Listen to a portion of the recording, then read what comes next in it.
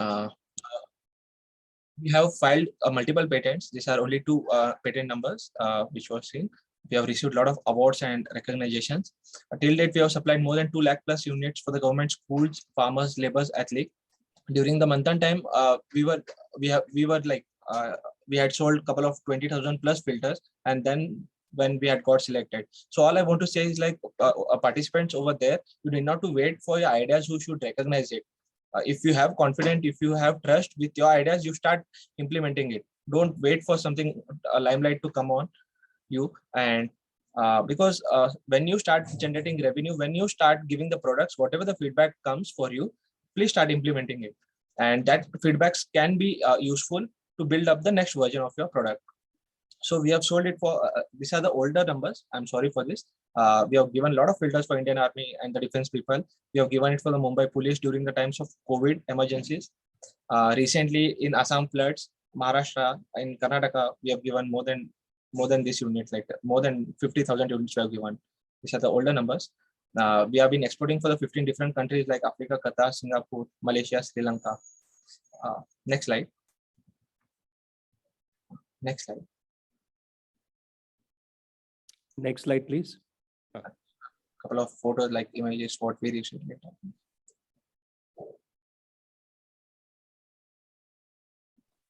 Please go for the next slide.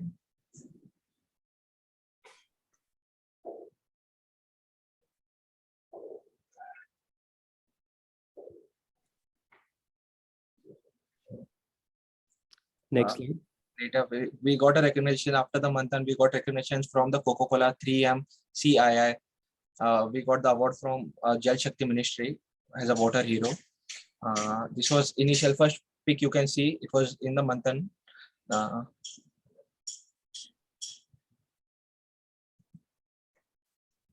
So this purposely I have put how you need to design, because this is what I have learned from the Manthan, because I was not aware of how to build a business model or create it.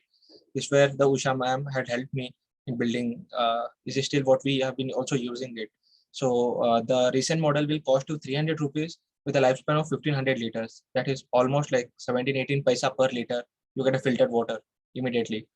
And we are selling it through direct customers. Like we are also on our website like nirnal.in. We are selling it on the Amazon, etc. Different market segment. We are also giving with a white labeling, like for the different companies, we brand it with their name and we are selling it. So basically the customer relationship is both online and offline. Now we are also trying to scale it up through finding the distributors and dealers across India. Next slide. So we are trying to connect with the government bodies. We have already started the work already.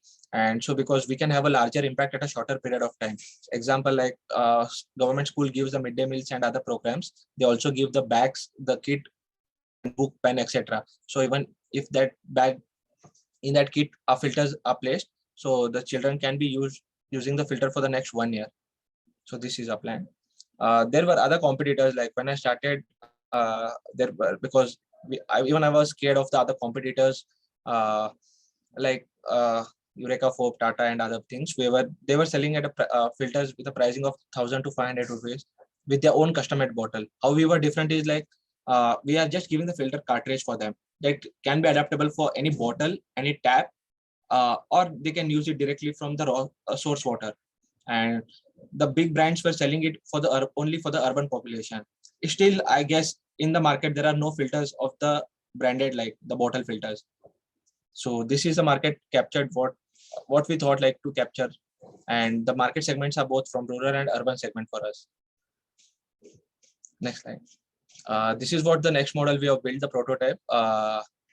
Converting seawater into a drinking water. This is a working prototype. Instantly you can filter any contaminated water like into a drinking water. Not only seawater, but any water, and the water coming out through this filter can be used for the drinking as well as can be used for the dialysis. So in dialysis there is high pure water needed. So this is a new segment which has brought us a big picture for us, and we have already started developing it. The testing has been already done. Next slide. This is the new model we have built first time in India, which can remove, this can be used during the floods and all, and remove arsenic, fluoride, iron from the other contaminants. Because in floods, we see the drainage water coming out through the like gutters or etc. But people they don't have any other options to drink. So this is a filter what we built. Why I'm trying to show you all the journey of mine is because like from a small product, like with a starting with a price of 20 rupees, we have come to this stage. And the journey was definitely is not easy like what we think, or I can't tell you in 10 minutes like about my journey. But when you start doing it, when you start building it, there are ups and downs. But end of the day, when you're sleeping, you might be aware like you've given your best shot, and you'll be satisfied what you've come through the journey. That is the reason I'm trying to show this my journey. Team members, so already we are 10 people.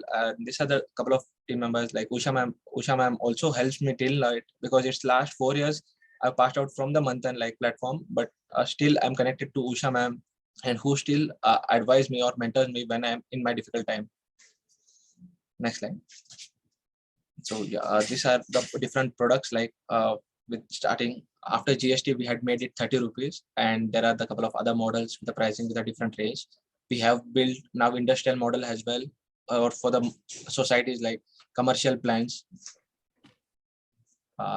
Yes, that's all. I would like to play a small video if you don't mind, like if you have time.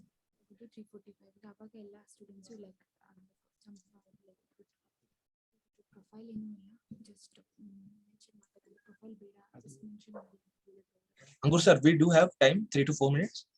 Yeah, please go ahead. I've shared the video on the mail. If you can play it. Yeah, we'll just play it. While the video is being loaded, can I have a round of applause for Niranjan? Niranjan, it's so lovely to see your journey and to see how you have been iterating and going to newer heights. I still remember those small filters that you handed out during your jury presentation. And this is something that I was telling some of the other students today, is that it's always good if you can bring a prototype. We have another gentleman sitting here who also handed us some samples to drink.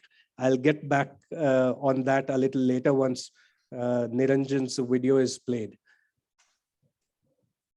Can we have the video up?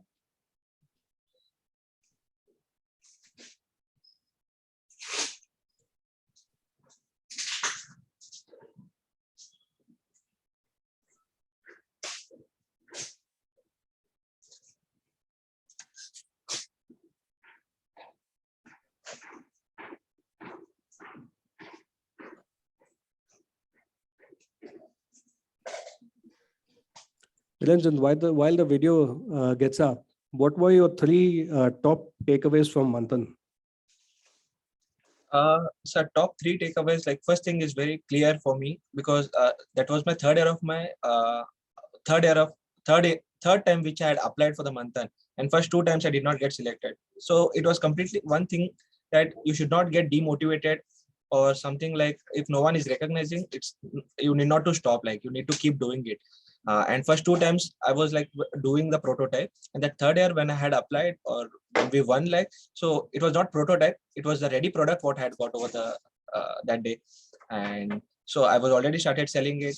I did not wait for that. That was the biggest takeaway for me. Second thing, need not to like we need to accept the challenges what we come through the journey. Because when we face the challenges, when we try to solve it, that's what entrepreneurship journey teaches us, that we need to face the challenges, we need to come over that and try to implement our ideas. And your third takeaway was Usha Nagraj. That was one of the biggest takeaway for me. All right, I think we have your video up.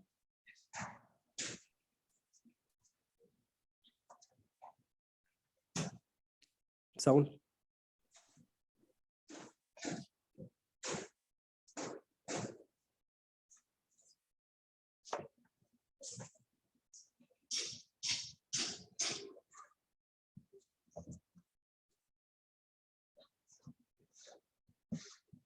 सस्ता water filter बना लिया जिसकी cost सिर्फ 30 रुपए है।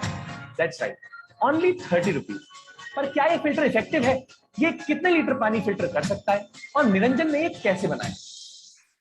हमारा planet earth around 70% water से covered है, जिसमें से ड्रिंकिंग वाटर अराउंड 2.5% है। बाकी का पानी या तो ओशियन का है या फिर कंटामिनेटेड। मेरे घर के सामने एक गवर्नमेंट स्कूल है जहाँ पे हम खेलने जाते थे। एक दिन मैंने देखा कि वो गवर्नमेंट स्कूल के बच्चे स्कूल टैप से पानी पी रहे थे। वो टैप एक ओवरहेड टैंक को कनेक्टेड था और मैंने एक बार झांक के देखा ओवरहेड टैंक में वो पूरा टैंक अलगे से भरा हुआ था और वो पानी बिल्कुल पीने योग्य नहीं था। मार्केट में जो वाटर प्यूरिफायर्स मिलते हैं वो काफी महंगे होते हैं, जिसकी वजह से छोटे स्कूल और गवर्नमेंट स्कूल में इनको अफोर्ड कर पाना काफी मुश्किल हो जाता है। तो निरंजन ने डिसाइड किया कि वो दुनिया का सबसे सस्ता वाटर फिल्टर बनाएंगे। मैं इंजीनियरिंग तो जरूर पढ़ रहा था, पर मुझे वाटर फिल्टर बनाने की ना कोई नॉलेज थी ना कोई एक्सपीरियंस। तो मैंने इनिशियल प्रोटोटाइप डेवलप करना स्टार्ट कर दिया, जो कि एक छोटा पीवीसी पाइप या 3D प्रिंट मॉडल्स बनाना, पर एक काम नहीं कर रहा था। मेरे पास फंड्स जो थे वो भी खत्म हो रहे थे।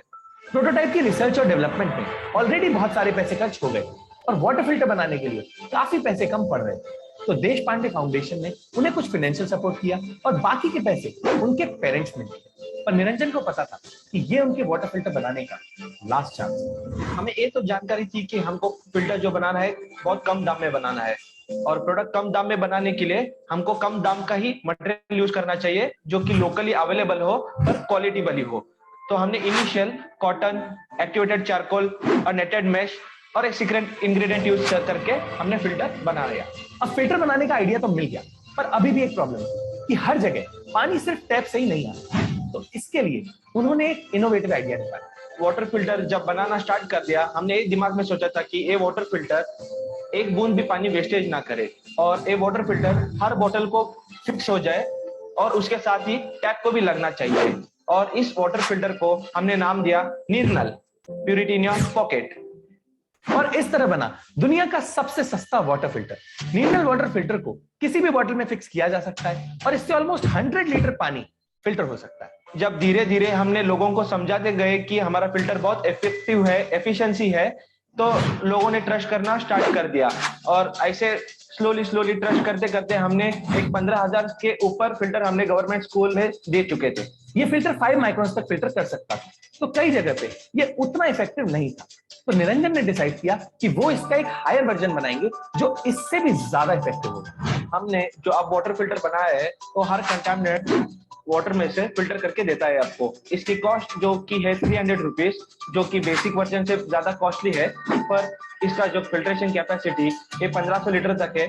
इसकी जो ड्यूरेबिलिटी है 1 साल तक आ जाती है। फिल्टर के इस मॉडल के लॉन्च के बाद उनको काफी कॉल्स आने लगे और गवर्नमेंट ने भी इस इनोवेशन को अप्रिशिएट किया और उन्हें फंड किया, जिसके बाद उन्होंने इस फिल्टर के और वेरिएंट्स निकाल दिए टैप के लिए, किचन में वगैरह लगाने के लिए। तो एक जो बोला पोर्टेबल यूएफ है ये 1 साल भर आता है और इसके नेक्स्ट वर्जन है जो कि यूएफ यूनिट, जो कि 3 साल तक आता है। पिछले 2 सालों में निर्नल के more than 2 lakh filter sell और डिस्ट्रीब्यूट हो चुके हैं।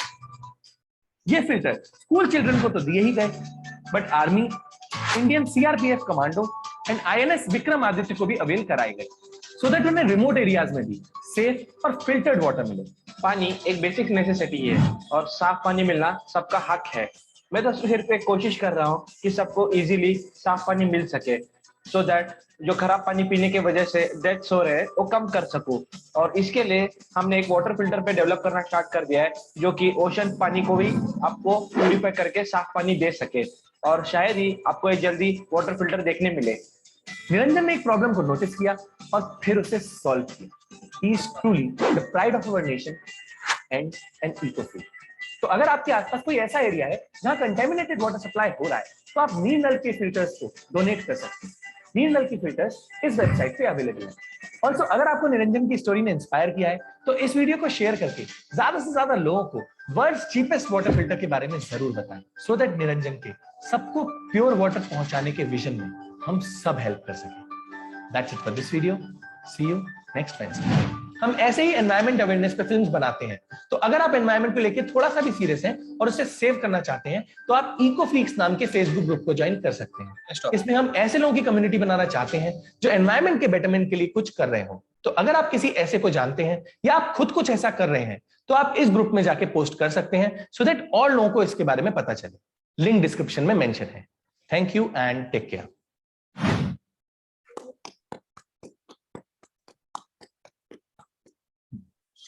Fantastic, Niranjan. Absolutely lovely video. And like I said, that, it's beautiful to see the growth that you have had since Manthan. And, personally, for people like us who come and spend some time here, this is what makes us feel nice that, in some way we have been a part of your journey. So congratulations once again. And thank you for speaking with the students today. Thank you so much. Thank you everyone for giving me such a wonderful opportunity over here. Lastly, I just want to give a small message for everyone over there, for participants. There are three kinds of people in a society. The first kind of people who see the problem as an opportunity. First kind of people who see the problem and just walk away. The second kind of problem and just pass a bad comment on that. And the third kind of people who see the problem as an opportunity and comes with a solution and tries to implement the ideas in the society. I want everyone, you should fall in the third category. And if you can make money without money, definitely will make money with money. So yes, all the best for everyone. Thank you so much. Thank you. Everyone. Beautiful words. Thank you, Niranjan. All right, moving on. We have another gentleman, again, one of the past winners of Manthan. In that edition, he came third. And he is doing way better than the ones who came first and second. The reason I mentioned this is that all the top 75 teams that have reached so far, just because some teams get selected into 25, some teams get selected into top 3, doesn't mean that they will do better than you. It all depends on your vision, your energy, and what you implement. This boy, when he came, he was a boy, now he's a man, married man. So this boy, when he came, he was this hyper kid, one of those activists who wanted to change the world for good. I don't want to take away too much from his story. So without much ado, I'd like to welcome Abhay Rangan, the founder of One Good.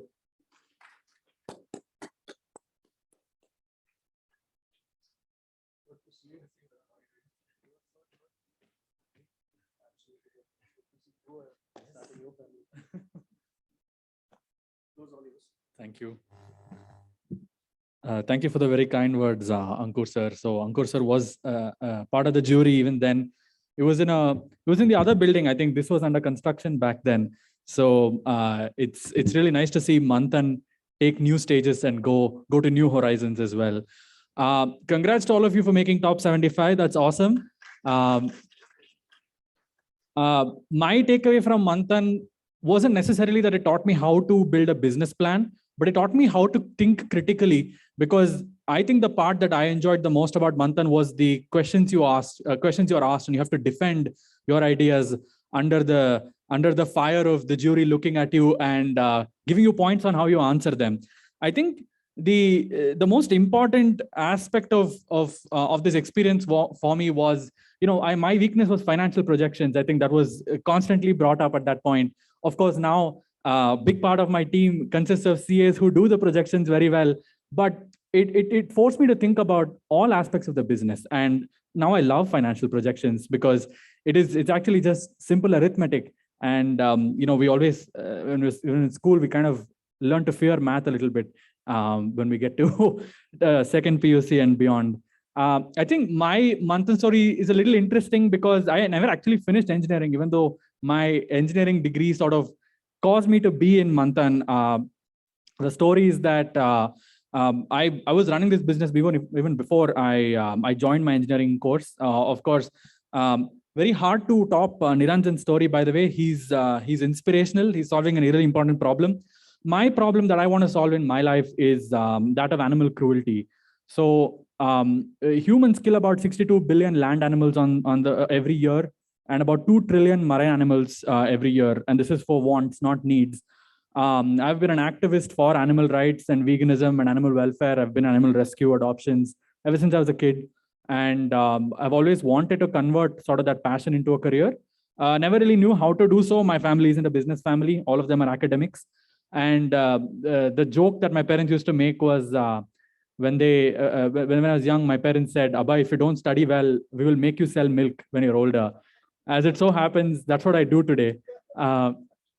My company, One Good, makes plant-based versions of animal products. So you can think of milk, curd, butter, mayo, cheese, paneer, chicken, mutton, all of it completely from plants, not a single animal ingredient. The thesis simply is that, I think most people will make the right choice when the right choice is convenient for them. And as of today, animal products happen to be a big part of our lifestyle because of habit, because of convenience, because of tradition, because of taste. My job is to figure out how to solve those problems with plants and give you products that work exactly like their animal counterparts. I don't have a presentation per se, but feel free to use your phones. Check out our website. It's onegood.in. We're active on Instagram. We're active on Twitter, all of that. I think one challenge that we faced very often, and the reason I relied so much on mentors like Ankur sir and Usha ma'am, and there were a couple of other members of the jury who I don't see here today, but who are equally important in that journey for me, was that I wasn't very self-assured of what I knew and where I was going. And I think what these mentors did for me was not just necessarily help me with knowledge, but they really helped me with self-assuredness. I think it's so important as an entrepreneur that you believe you will succeed against all odds, because the truth is 9 out of 10 companies will fail. And that is also a qualified sort of statement, because not 9 out of 10 bootstrap businesses will fail, but 9 out of 10 businesses that seek to go the venture route will fail. And that failure is a part of understanding what models work and what models don't. I got more comfortable with the idea of failure in Manthan. But most importantly, I think I walked out a more self-assured person. Excuse me. And the idea of being able to think about your model critically, I think it's so important to not fall in love with your solution, but to fall in love with the problem. Now, I know for sure that the business model I pitched Manthan is not the business model that we are using today. And I know for sure that the business model we're using today will not be the business model we're using 5 years from now. We pivoted so much. Our channels change, in fact, with alarming frequency. To give some context of the scale that we operate in today, we move about 30 tons of product a month. We've raised about $2 million in venture capital. And we have a team about 50 people that we employ on the manufacturing, distribution, and marketing, which I call media side. Manthan forced me to really think about these as separate segments of building a business. Yes, they are harmonious and they need to integrate very well. But the problems you're solving on the manufacturing side are different from the problems you're solving on the business side. If you were to look at building a business or a business as this entity propped up by pillars, there's a really interesting equation that came to mind for me. This was around the time of Manthan, but not necessarily from Manthan. It was that you can assign a value of between 0 to 1 to the strength of each pillar. And a rough idea of how well your business is doing is the multiplication of those values.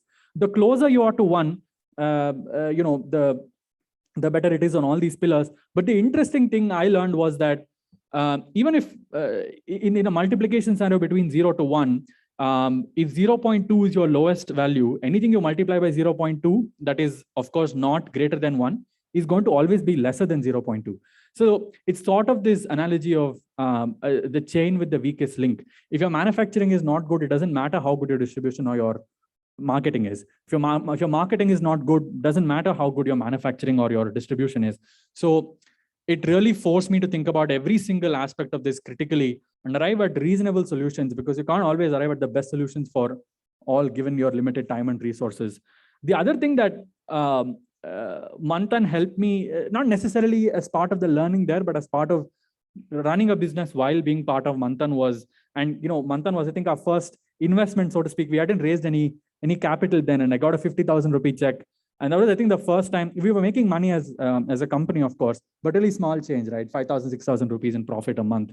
Not really significant, but it was this confidence that there is a group of people who are willing to give me money that eventually allowed me to drop out of engineering and then go raise money full time. I fully dropped out of engineering after we'd raised our first round of 2.5 CR. And then we became a loss-making company, which is what happens when you tend to raise venture capital, because the incentives change from being a company that is making money to being a company that grows quickly. And of course, we've I think we've sort of lived up to the promise of growing quickly, but the ultimate goal of any business is to generate, free cash flow and return money to its shareholders. So that is very much a work in progress from my end. I don't often tend to monologue because I don't know if there's a lot for me to share outside of the context of any specific questions. So if anybody has questions, I'd love to answer them. But what I will say is, you're in a great platform, and having made it this far is awesome. And if there's only one takeaway I want to give here is simply that I would like us all, and myself included in this, to trust our own courage and to trust in ourselves. Doesn't matter if you win this competition, doesn't matter what you'll eventually end up doing. I think making it this far is I think big evidence that you're all going to be okay. And that's kind of what I want to leave my monologue with. But if there's any questions, I'm happy to answer. I'm happy to be a sounding board for any ideas. Of course, you already have an amazing grand jury. Mine is but another 2 cents to that ocean.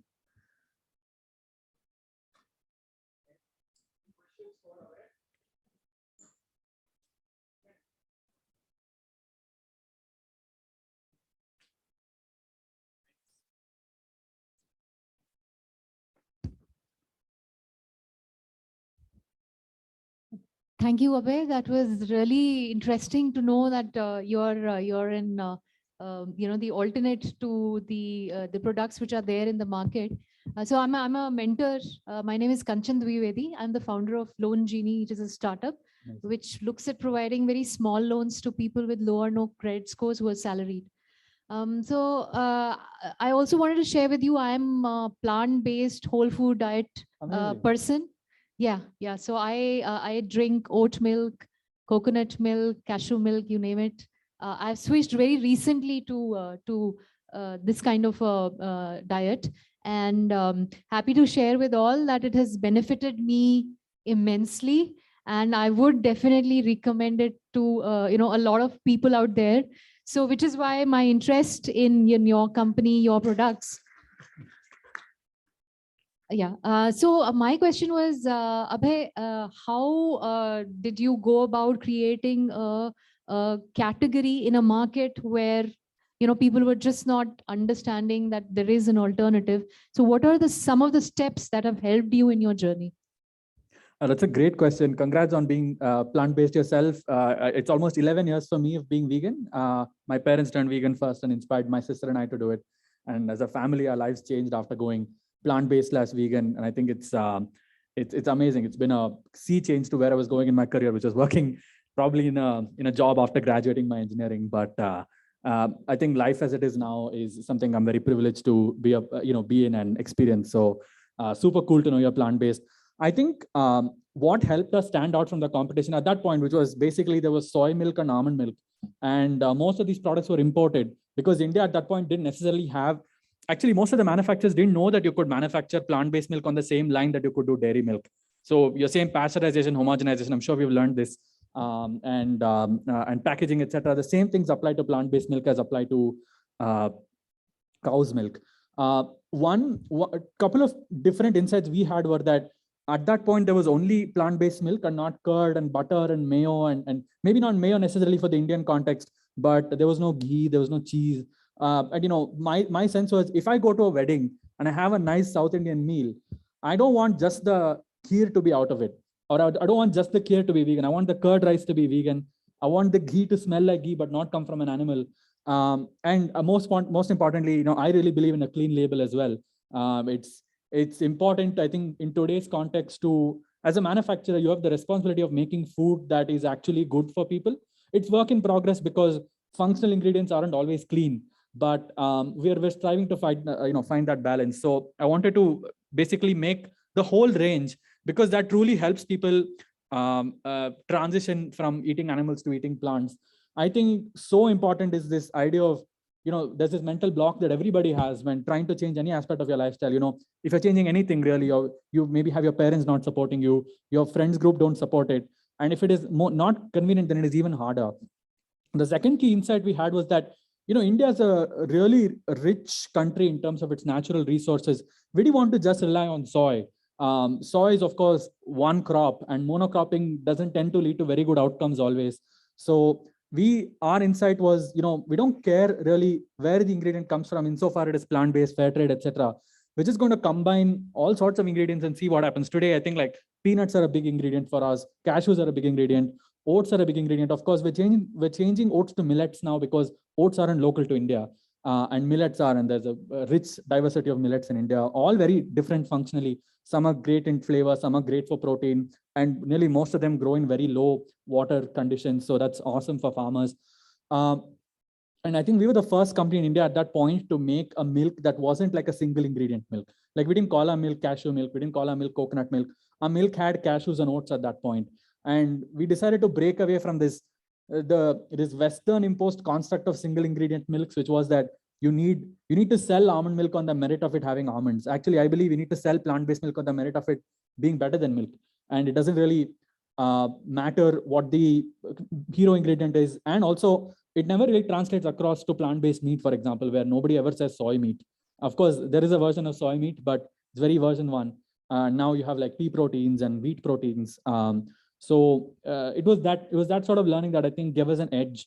And one thing that was really important to us, and definitely I would imagine that there are many cause-based businesses here, is to really lean in on your community. We were and we still are the darling of the vegan community and the plant-based community in India. Really, most vegans would have heard of us, and most plant-based folk would have heard of us. And it is because we were very conscious in the very beginning to be a part of that community and not to shun it. I think we tend to, in our pursuit to help further our causes, think that we're the best at, and this necessarily doesn't answer your question. Maybe I'm just addressing the broader sort of cause-based approach, which I think is new and great, because I think millennials now do cause-based businesses better. And that model necessarily didn't exist, I think, when I was a kid. It's so important, I think, to lean into that community and strengthen it, be part of those events. We've been funding some nonprofits. We do a lot of stuff with, plant-based bakers, home bakers, etc. I think, so when in your comments, you get hate comments on Facebook for your business, there are people avidly defending you.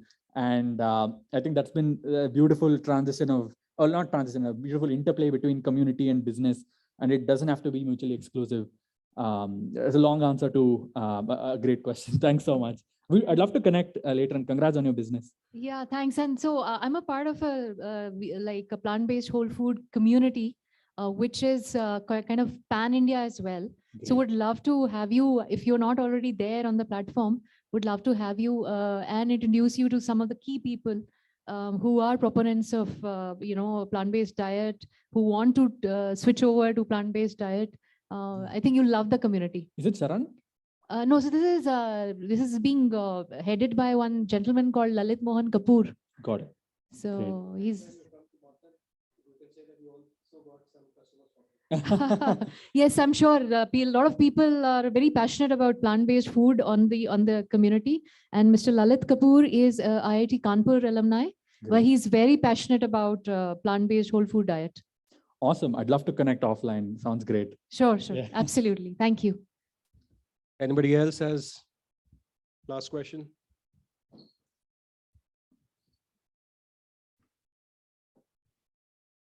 Abhay, which year were you at Manthan? Oh gosh, 2017 or 2018, I believe. Yeah, I think so, right? So just to put things in perspective, how many factories do you have now? Factories, we have 3. 3. And when you came to Manthan, where were you producing and who was making that product? My mom was making the products in a kitchen and I was the delivery boy for the company.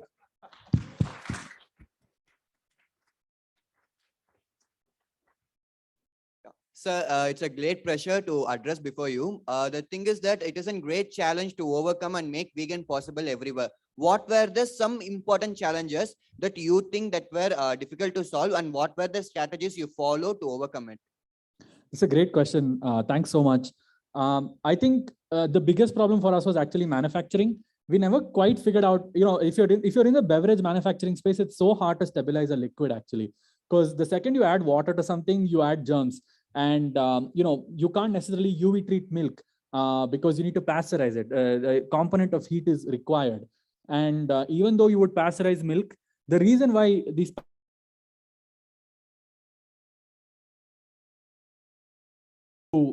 spoil pretty quickly because it's not an acidic product. It's as a pH above 7. It's a basic product. So all basic products tend to have a low shelf life if they have water in them. So the biggest part for us to figure out was how to stabilize this, because I really can't keep delivering every day for the next 3 years. I'm going to, in Bangalore traffic, lose my mind and lose my health as well. So the breakthrough for us was finding out, like I had to learn a lot of food science. I actually spoke to Usha ma'am a lot about this. I met her and said, look, we're really trying to figure this out. I don't really have the answers. And she pointed us in some key directions. But ultimately it was like having to learn about food technology and food science. And if any of you are in food manufacturing, I'm sure you know things like water activity, pH, temperature that you're storing your product in, all of that is so important. So figuring out that right mix helped us stop manufacturing at home. I actually remember a key incident at this point, because at some point we were making 100, 200 liters of curd at home, and my mom used to make it. It's not like you get cow's milk and you ferment it and it becomes curd, right? We were using peanuts, so you have to grind them, make milk out of them, boil them, all that. And my mom, she's not as young as she used to be, and she would feel really tired. And one day she spoke to me and she cried and said, Abhay, when are you going to make me stop this? And I felt so guilty. I think it was the first time I cried in a very long time, because I couldn't bear to see my mother suffer like that for me, right? So it was then I decided that no matter what, I'm going to learn this food science stuff and then go figure it out. And luckily we found some manufacturers who are willing to take a chance on us. I do think in today's manufacturing environment with food, especially if you're looking to scale up manufacturing, in-house might not always be the best answer if you want to start out.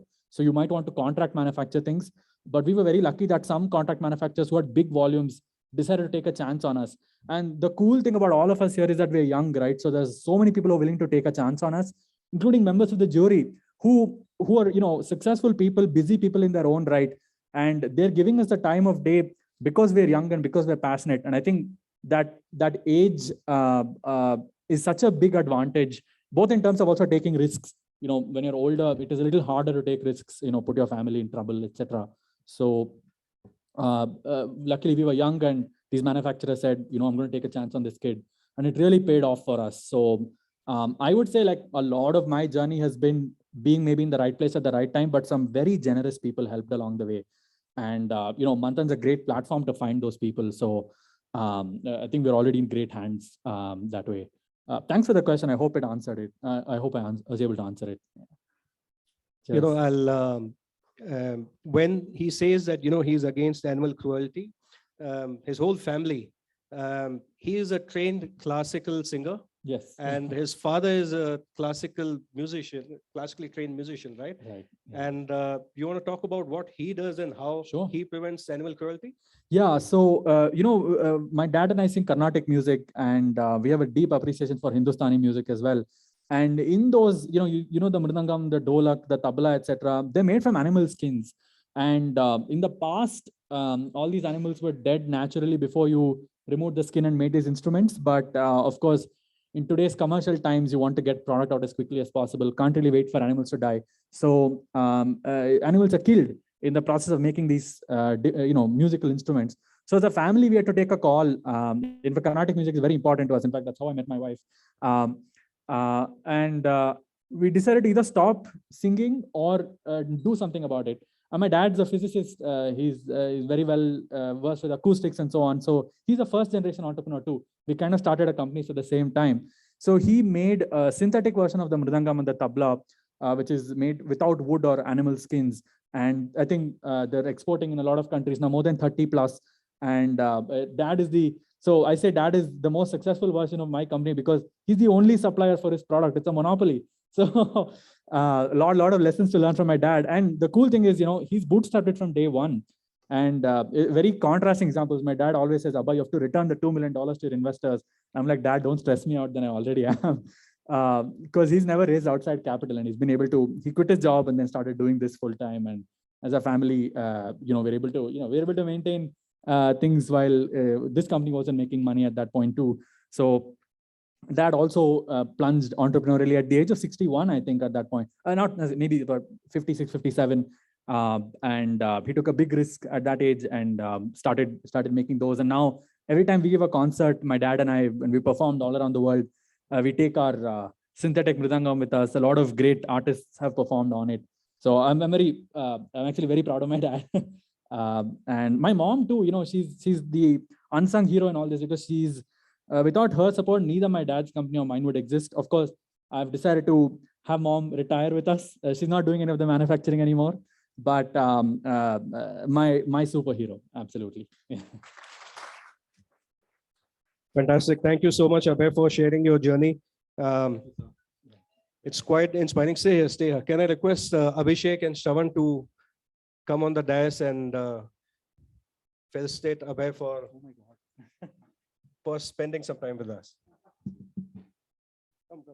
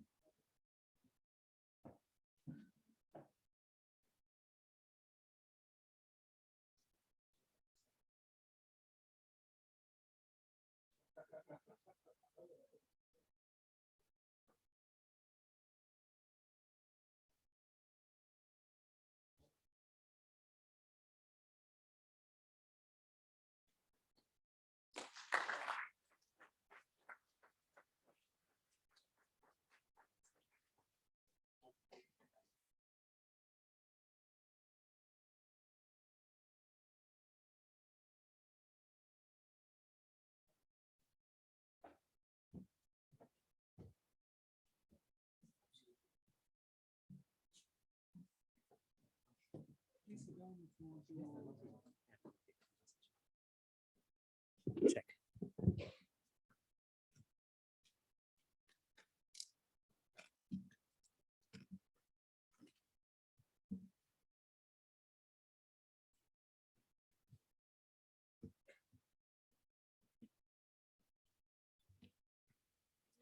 Friends, after a experience sharing session with the past Manthan winners, first we had Niranjan with Nirnal, and then we had Abai, who has the brand called Milk, etc.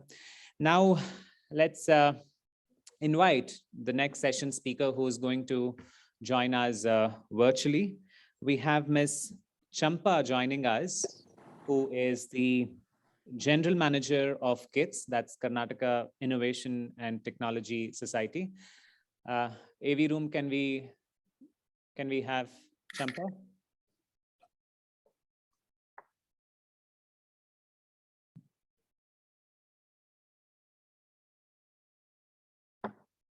Can you blow up the Zoom screen? Yes. Can you pin Champa, madam, please? Bring her onto the big screen, please.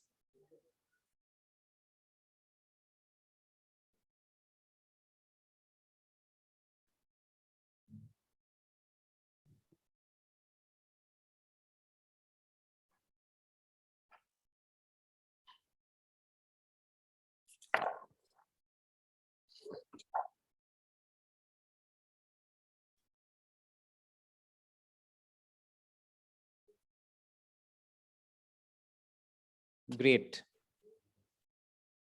Madam, can you hear us? Yes, I can hear you. Great. So Champa madam, as I mentioned, is the General Manager with KITS. Today, she is going to run us through the Karnataka startup policy and also the various Startup Karnataka initiatives that Karnataka is offering. As all of you know, in line with the Prime Minister's expectation, Karnataka is also trying to bring out a world-class startup ecosystem, be it focusing on the strategic investments or be it through the focus on policy interventions. Karnataka has been trying to create that, a platform for budding entrepreneurs by giving the necessary incentives. So today's session, she's going to take us through these incentives, which are a part of the policy that the Karnataka startup policy has. Over to you, ma'am. Thank you. Good afternoon, everyone. It's an honor to be part of today's event. I would like to thank FKCCI for inviting me to address this gathering. I'm delighted to be here in the presence of industry leaders, startups, academicians, students, and other organizations. First and foremost, I would like to congratulate all the top 75 teams who have made it to this stage under Manthan 2022. Karnataka Innovation Technology Society under Department of Electronics, IT, BT, and SNT is a nodal agency to promote startup ecosystem in the state. The idea of today's presentation is to give you an overview of startup ecosystem in the state and also brief about the initiatives taken up by the department to support the ecosystem. As you all know, India has emerged as a third largest startup ecosystem in the world after US and China, and Bengaluru is the startup capital of India. First, to give you an overview of the startup ecosystem in Karnataka, Karnataka was ranked #1 innovative state in India for 3 consecutive years by Niti Aayog in 2019, 2020, and 2021. Karnataka has been ranked as top performer consecutively for last 2 years, 2018 and 2019, and in 2021, we won the best performer. This is the ranking given by DPIIT, State Startup Ranking, Government of India. Bengaluru has been ranked 8th as per the Global Startup Ecosystem Index 2021 by Startup Blink, only Indian city to be featured in top 10 global cities. Bengaluru is ranked 22nd among global cities as per the Global Startup Ecosystem Ranking 2021, only Indian city to be featured in top 30 again. Next slide. These are some of the key unicorns which have emerged from the Karnataka ecosystem. Next slide, please.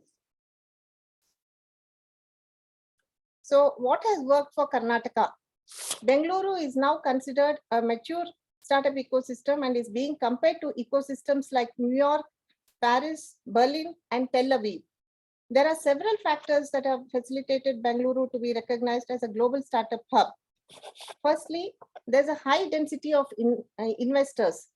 For launching any startup, funding is fundamental and critical. In Bengaluru, there is relatively easy access to a large number of VCs and angel investors. There's a conducive funding ecosystem with 431 VCs, 4,000 plus angel investors, and 30 plus VCs who have invested in Karnataka startups.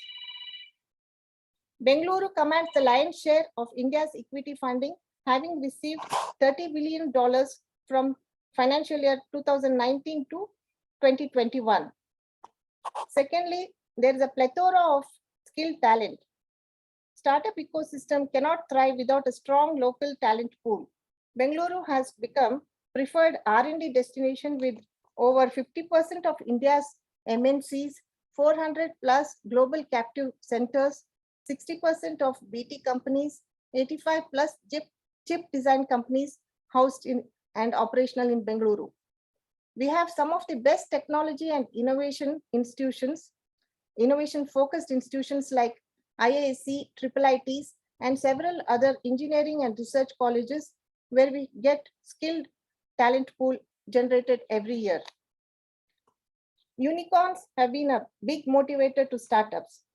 Unicorns are essentially VC-funded companies which have reached $1 billion valuation and above. Bengaluru, being at the forefront of innovation, is home to 40 unicorns and 30 plus sunicorns, that is companies expected to reach US $1 billion valuations and above, which is the highest in the country. Not only do we have the highest number of unicorns, but we also have the highest valuation of unicorns. The first unicorn emerged in 2011, that is InMobi, and the second was Flipkart in 2016. Both are from Bangalore. India has seen 4 decacorns, that is companies with a valuation of $10 billion and above.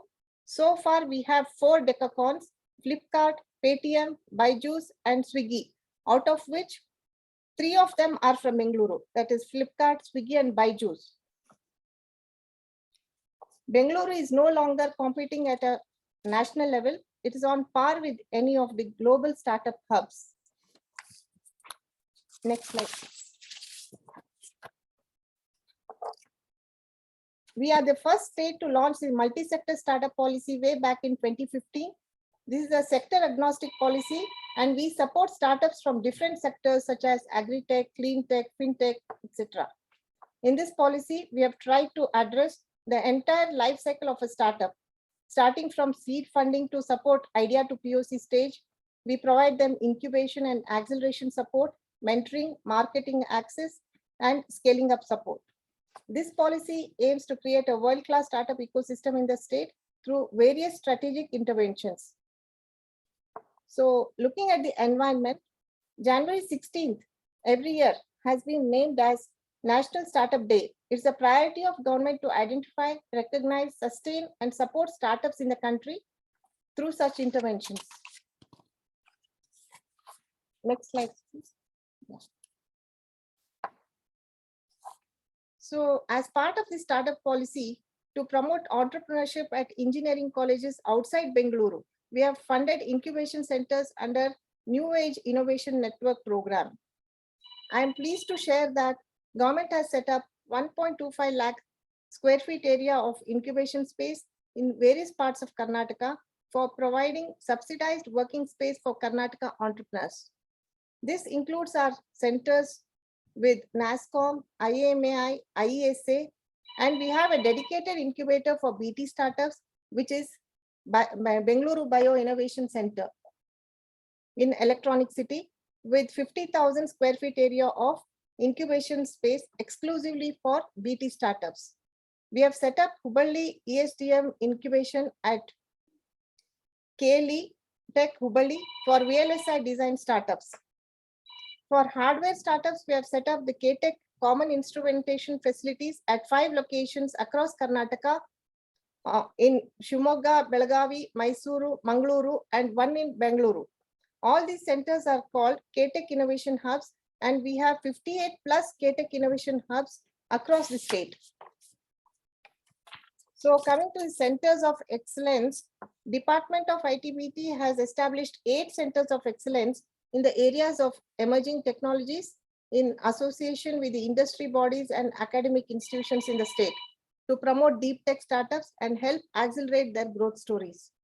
We have set up technology business incubators in premier research institutions to promote commercialization of technologies developed by the research institutions.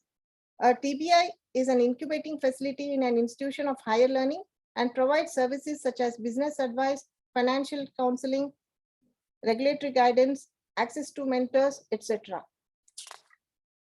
Next slide, please. So some of the incentives provided under the policy are, first is the funding, seed funding program called Elevate. This is a one-time grant of up to 50 lakhs given to encourage innovators who may need early stage funding to develop prototype, market development, and scaling up. This is a grant in aid and we don't take equity under this program. There is a social inclusion program called Elevate Unnati, exclusively for SC/ST entrepreneurs. This year, we have conducted some special programs for startups belonging to OBC minority categories, and we have also supported women entrepreneurs beyond Bengaluru as part of Amrit Mahotsav, 75 years of India's independence. There's a rigorous selection process and only the selected winners get funding up to 50 lakhs. We handhold the winners with mentorship and incubation support by our K-Tech Innovation Hubs. This is the flagship program of the department, and we have conducted 14 calls so far and have funded 726 startups to the tune of 165 crores. We call for applications twice in a year, and we urge the startups to apply for this fund. Call for applications will be published in leading newspapers and widely published in on social media also. Next slide. So coming to the venture funding, this is the second level of funding. We have dedicated venture funds for 3 verticals, BT, AVGC, and ESDM. It is professionally managed by Camco, and government takes in equity in this from mature startups. We were the first state to have floated Kitwin Fund for IT sector in 2000, and which was very successful. This was a tiny fund of 15 crores then.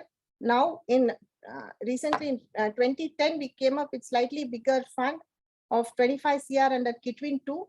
In 2014, we set up the Kasserman Fund for ESDM startups. In 2017, we came up with BT Venture Fund for BT startups. and 2018 we operationalized the AVGC fund. The startups may apply for this, which is application forms are available on Kitwin website.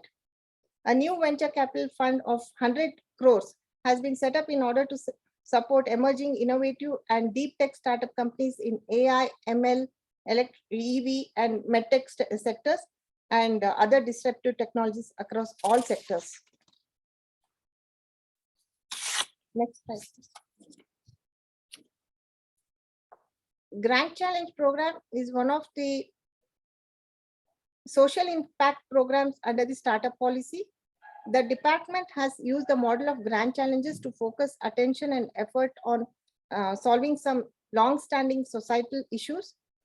To achieve this, department intends to throw open 5 grant challenges each year with the aim of finding workable and scalable solutions from problems which have great social impact. Each challenge will be implemented in 2 phases. In the first phase, around 5 innovative projects having potential for deployment in the host department will be identified through each call for proposals, and the funding will be up to 10 lakhs for 5 startups. And in the second phase, out of the 5 startups, shortlisted startups, we select 1 startup for scaling up and deploying in the concerned government department. We fund up to 50 lakhs for the second phase. So far we have run 6 challenges, and recently one in association with the Urban Land Development Transport Department. We have thrown open 4 challenges and we are in the process of finalizing the winners.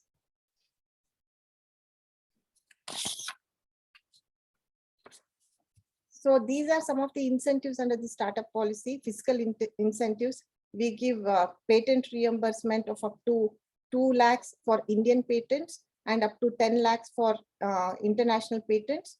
And we give marketing cost reimbursement up to 5 lakhs per company per year. And we also reimburse GST for those startups who have been incubated in the GOK supported incubators. Next slide. So in order to promote public procurement and preferential market access to startups, Government of Karnataka has brought in amendment in KTPP Act, and exemptions have been provided to the startups in the tenders invited by government departments, which is the first of its kind in the country. For a startup to qualify for startup inclusion plan in public procurement tenders, the startup should be registered with the Karnataka Startup Cell and empaneled by the Department of ITBT. These are some of the general relaxations given to startups, that is eliminating the payment of EMD, exemption of pre-qualification criteria and turnover, and limited tender up to 50 lakhs for empaneled startups, and startup inclusion plan. Next slide. So these are some of the initiatives taken up by the department to support startup ecosystem in the state. We believe that startups are truly driving innovation and growth in our economies today and are the engines powering development. It's very crucial for government, academia, and industry to collaborate to provide a platform for the startup ecosystem to grow. As government representatives, we will continue to provide the right support and connects for startups through our initiatives and programs. I thank FKCCI for organizing today's mentoring session. I wish all the shortlisted student teams a huge success and look forward to hearing many success stories emerging out of your future ventures. Thank you all.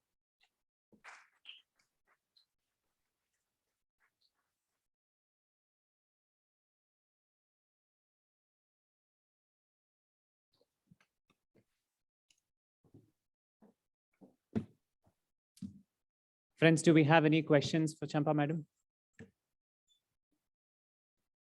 Anything on the incentives policy? Those of you from Karnataka.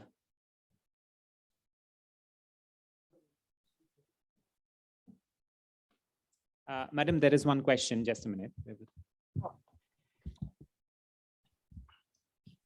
We have all the students from various colleges. Now, they are all making very sincere efforts with the help of their mentors and jury. FKCCI has provided a very strong platform. Now, for these people to come to the level of your Elevate in that journey, what are the kind of challenges and impediments and perhaps the opportunities that you see, and what is your guidance towards that? So as I mentioned before in the presentation, we are supporting student projects and funding student projects under our NAIN initiative, New Age Innovation Network. So in our Elevate program, we get applications from students also who have started some legal entity even while they are in college. And we have seen some success stories. Most of them have one Elevate grant, and there's good participation even from the student community, from engineering colleges outside Bengaluru. So we encourage all students to take up projects and convert into a legal entity while they are doing that project in their respective colleges, and even they are eligible for applying under Elevate.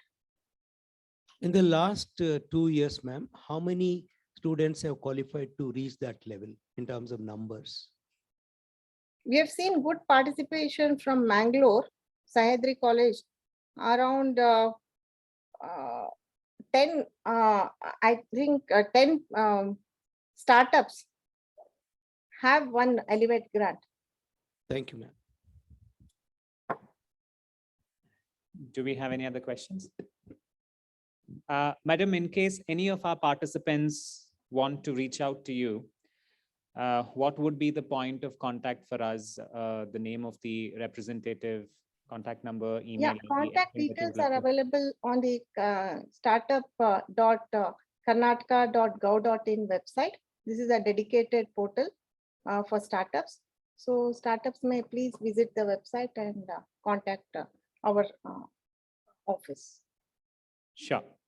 Thank you, madam. So thanks a lot once again for your time. Really appreciate that you've come forward to share the knowledge as well as the various opportunities that are available that the students can make use of. Thanks a lot once again. We would look forward to having you physically present at our chamber sometime soon. Thank you. Thank you. Thank you all.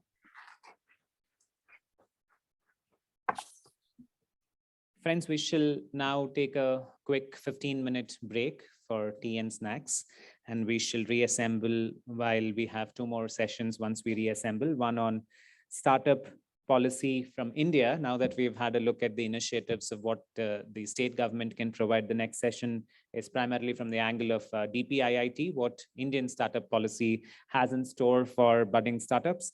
And next, we have a session on how accelerators can help startups grow their business. So these are the 2 sessions immediately after the tea break.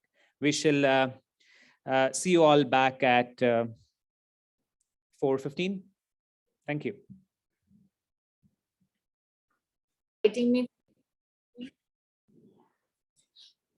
My name is Deeksha. I'm one of the founding team members of the Startup India initiative. I joined this team 6 years back, and it has been an amazing journey since then. Through this presentation, I would just like to give you an overview of what the initiative is, what we do, what sort of incentives are available under the Startup India initiative.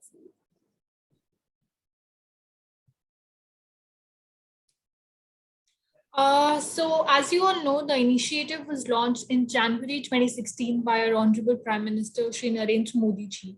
And the initiative is basically focused on 3 main pillars, which includes simplification and handholding of startups, funding support and incentives, and industry academia partnerships. This slide gives an overview of what our primary function is. We work on 3 key areas, which include policy interventions, stakeholder engagement, and funding support. What do I mean when I talk about policy interventions? So we work with multiple stakeholders trying to ease regulations for them. We try and enable ease of doing business for startups. There are incentives around self-certification and compliances. We have a regulatory team which works very closely with stakeholders like investors and startups, etc., trying to ease compliances for them. Then we work with multiple partners like state governments, central government departments, corporates, international partners, etc., to launch and work on various programs and initiatives for startups. Last but not the least, we have various initiatives and schemes which provide funding support.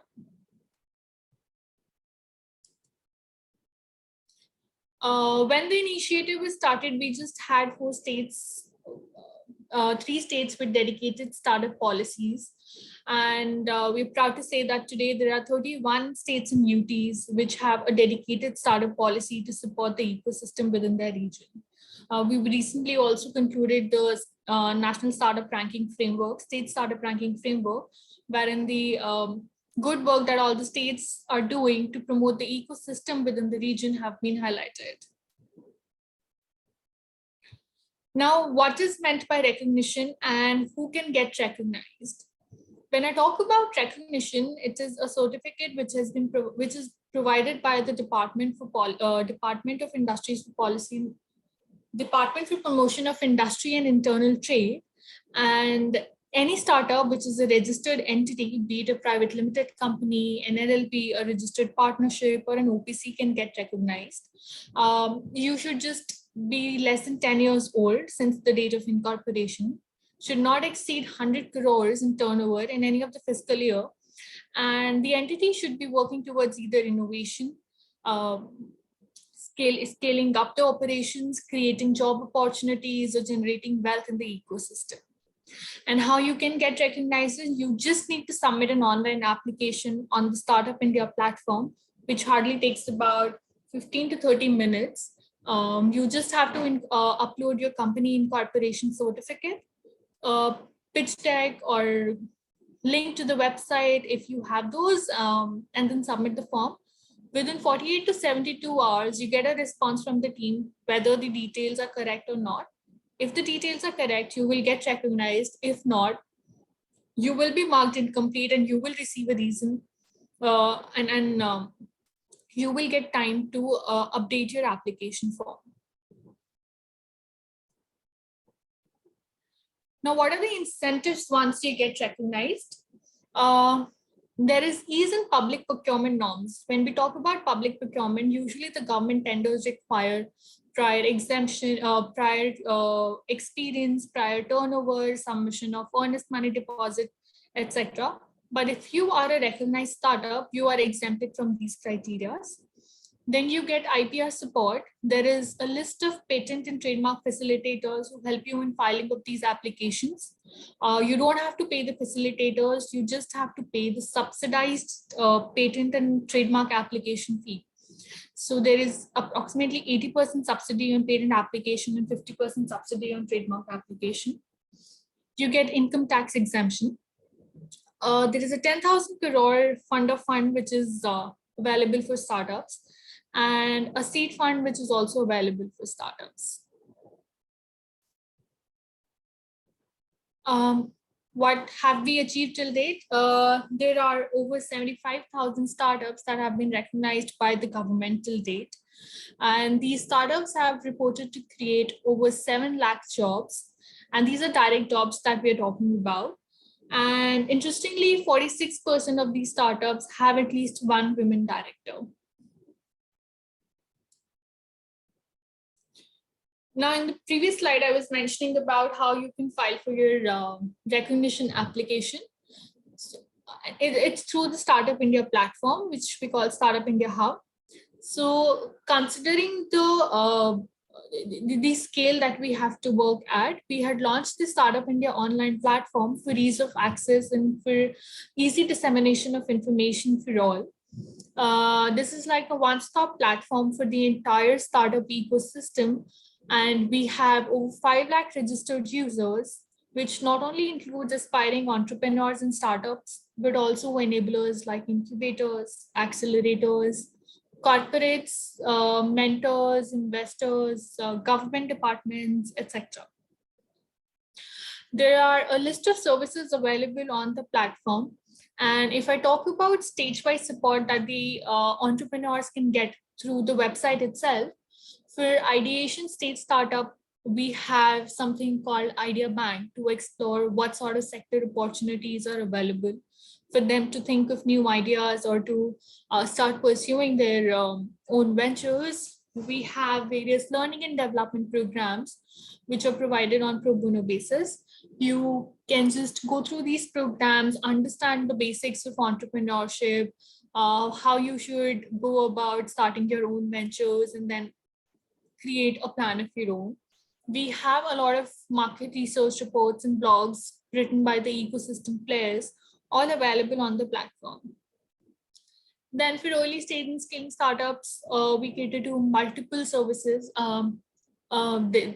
There are tools and templates like HR template, pitch deck templates, which are all available online to be used by all. We have a virtual showcase platform wherein the startups can register and showcase their products.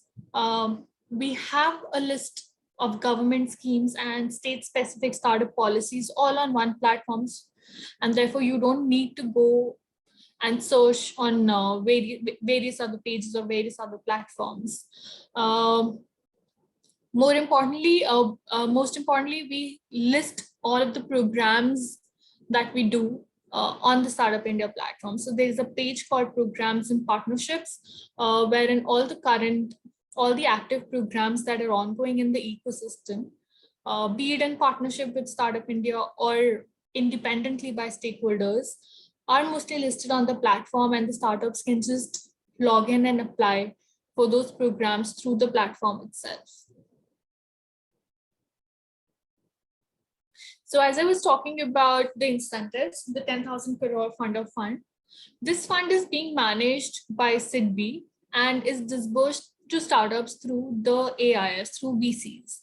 So in case any of the startup is looking to raise the funds, they should reach out to these startups, to these investors based on your sector, the stage you are at, the ticket size that you're planning to raise. The list of these investors is all available on the portal. The Startup India Seed Fund is a fairly new scheme wherein the grant is provided to both idea stage startup as well as early stage startups. The grant is provided for building proof of concept or building prototypes, which is up to 20 lakhs, whereas up to 50 lakhs is provided for commercialization support or for scaling up. But this scheme is through incubator. So in case you're interested in applying, you'll have to select the incubator. And again, the application is online through the Startup India platform.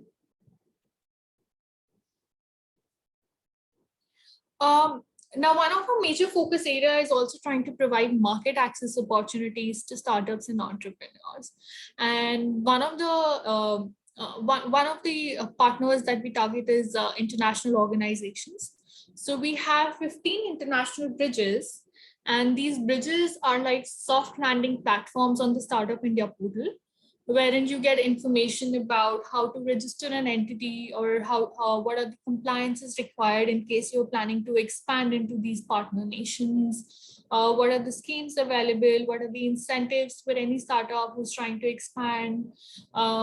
We also have a POC detail, the point of contact detail of the partner nations available on the portal, so that in case you're looking for some sort of facilitation or hand-holding support, you can easily reach out to them and connect with them for information.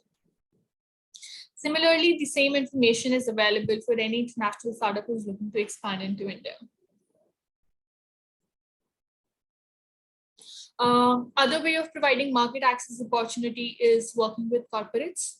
We've worked with over 150 corporates till date, launching corporate innovation programs. So the corporate application is hosted on the Startup India platform, wherein these corporates put forward a list of challenges or problem statements wherein they're looking to scout for innovative technologies. As and when the startups apply for these, the applications are evaluated, and the shortlisted applicants or the winning startups get either cash prizes, mentorship support, free access to technology, incubation support, pilot opportunities as part of these programs. Similarly, on similar lines, we work with a lot of government departments as well, wherein the government departments highlight the areas wherein they are looking to onboard innovative technologies.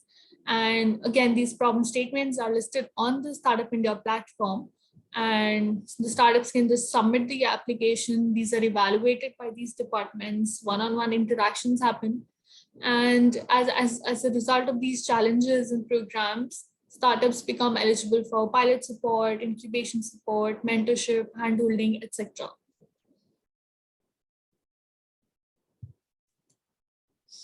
Another set of incentives that is available on the Startup India platform are the pro bono services by the resource partners that we have. Partners like Amazon Web Services, DigitalOcean provide cloud services to startups on pro bono basis. We have partners providing legal services, financial services, cloud telephony services, all on pro bono basis. And these are listed on the Startup India platform. So on and all, in case you're looking forward to getting any support from the team or availing any of the incentives as listed in the presentation, all you need to do is just visit the Startup India platform, create a profile, be it as an aspiring entrepreneur, an ideation stage startup, early stage, scaling stage startup, depending upon what stage you are at, and try and avail the services that are listed on the platform. Apart from this, we also just defining how we as a team work. The team is divided into various verticals. We have a team which is focused on easing regulatory compliances with the startup ecosystem. We then have a team which works dedicatedly with the state governments. There is a team which works dedicatedly with central government departments. We have a team which works with just incubators, one which is focused on women entrepreneurs, one which is focused on corporate partners, international partners, resource partners, etc. So in case anyone is looking for any specific support, they can just reach out to us through the details provided on the website, and we'll be available for the support. In addition to this, we have a few marquee programs as well. One of which is the National Startup Awards, which are launched almost every year since last 2 years. The National Startup Awards are actually a way of promoting and rewarding the amazing work that these startups are doing, the impact, the social, the economic impact they're creating on the societies, and not just startups, but ecosystem enablers like incubators and accelerators are also rewarded through the National Startup Awards. And not just the financial incentives that are provided through these awards, but what we do with the finalists is more important. This time we got over 2,000 applications, 2,500 applications for the National Startup Awards. Although the top winners would be a very few, but even during the last edition, we had over 190 finalists. And for all those finalists, we've been doing hand-holding sessions, be in terms of connecting them with mentors, hosting pitching sessions with investors, with international corporates and stakeholders, doing sessions with unicorns, etc. So it's not just the cash prize at the end for the winners, but also the journey that we are trying to create. So for these startups, then we also try and take the startups to international delegations with us. Recently, we took a delegation of about 100 startups to Dubai Expo, where they could showcase their startups and their products and services. We had showcase startups in the India International Trade Fair, which was held in Pragati Maidan in Delhi. So these are also the kind of opportunities we try and provide to startups. Yeah, so that is it from my side on the incentives that are available under the Startup India initiative and how we try and support startups. In case there are any questions, I'm open for it.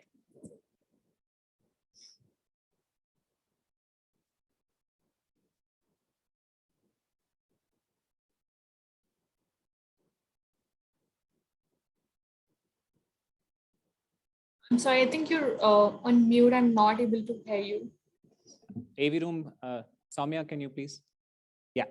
So I was just mentioning, thanks for a very detailed presentation, which kind of is an eye-opener for all the 75 teams that are present here.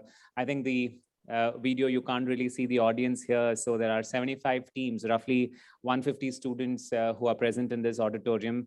Thanks a lot for your time, for taking us through the various benefits and initiatives that the Startup India, the Government of India is providing through this initiative. So there could be a couple of questions. Do we have any questions for Diksha, please?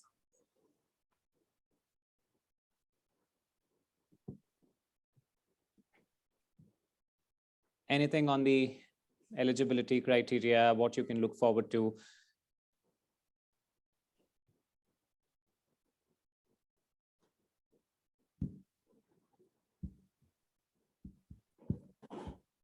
All right. It looks like there are no questions, Diksha. Thanks a lot. It was lovely to hear from you.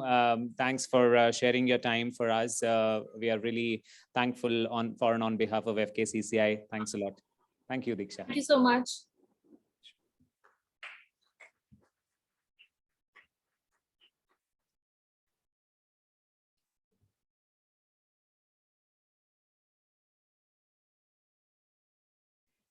Friends, the final session that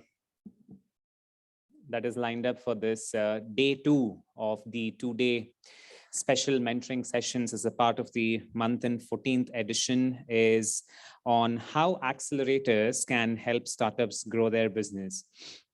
To share his inputs and his experience on this topic, we have with us the co-founder of 100 Open Startups, Mr. Varadarajan Krishna. I request Mr. Varadarajan Krishna to kindly come forward.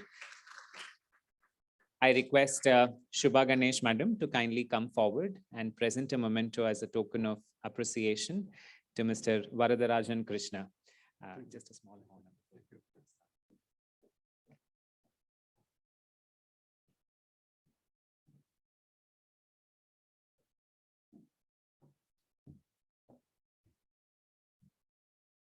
Friends, Varadarajan Krishna is an executive turned serial entrepreneur, his techpreneur, an angel investor with a track record in a career spanning over 25 years and has been through 5 exits, including 2 IPOs. He has been a part of the startup ecosystem that had developed products and IP, ranging from embedded software, BPM, telecom, and clean tech.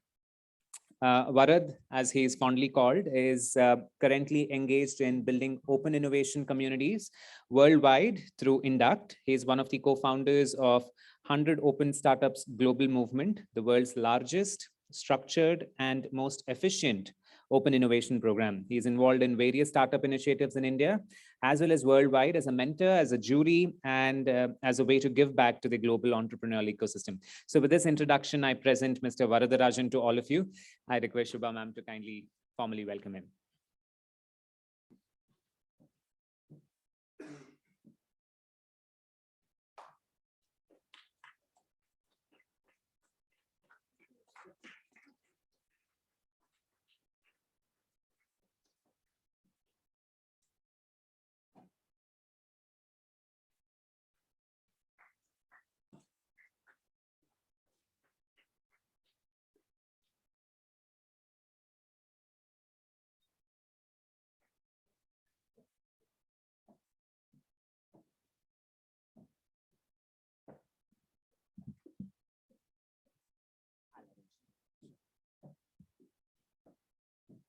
So good evening to each one of you. Before I get to the presentation, I thought I'll just give you some heads up, a kind of introduction about what's happening and what you guys have been through today. You know, see this you've been through some business pitching competition, I understand, right? And I understand also that this year you have, FKCCI has expanded it beyond Karnataka. I think now it's to 5 states is what I understand. So this is great. That means FKCCI is also expanding its reach to reach more students, more entrepreneurs, would-be entrepreneurs. This is the need of the hour. So let me give you some background, right? Almost 30 years ago, when I started my career, pretty much like most of you, I also went through the process. After finishing my education in engineering, I went to study in the US, and then I got employed there for some years. Then I decided to come back for some family reasons. Then I came back and then I went into entrepreneurship. And what happened is my company, which was employing me, became my first client. And so this kind of situation is great because you already know what your company does. And then you're going to go into an entrepreneurial role where you are answerable to yourself and you are going to build your startup. And I want to tell you, it became a 1,200 people company in about 3.5 years. So here I want to give a context, right? So when I started, there was no equity, meaning there's so much grant available today. There's so many incentives available today. That was a very hard time. When you won't believe this is to even take my office, I had to take debt, which means you need to, provide a collateral and the bank provides money for that. And then, you need to go on hiring or, you need to rent the place, lease the place, all that. So that's exactly what happened in my case. I had to, like I said, take a loan. And it was also a very high percentage, not like now, right? Now with the regimes have become much, much friendlier. The banking regime and the financial regimes all over the world, right, has become very friendly for a borrower. Those were very hard times. So despite all that, right, we had to go through, and this is not an ecosystem that we had at the time. So that's how I built it. And then I listed this company also in BSE. At the time, it was like 50 times oversubscribed. Thank you. 50 times oversubscribed. And could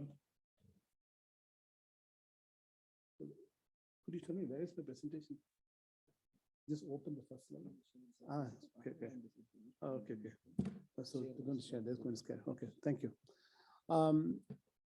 So I was just wanting to tell you that this was a time when all this situation was not like what it is today. It was much, much harder and tougher.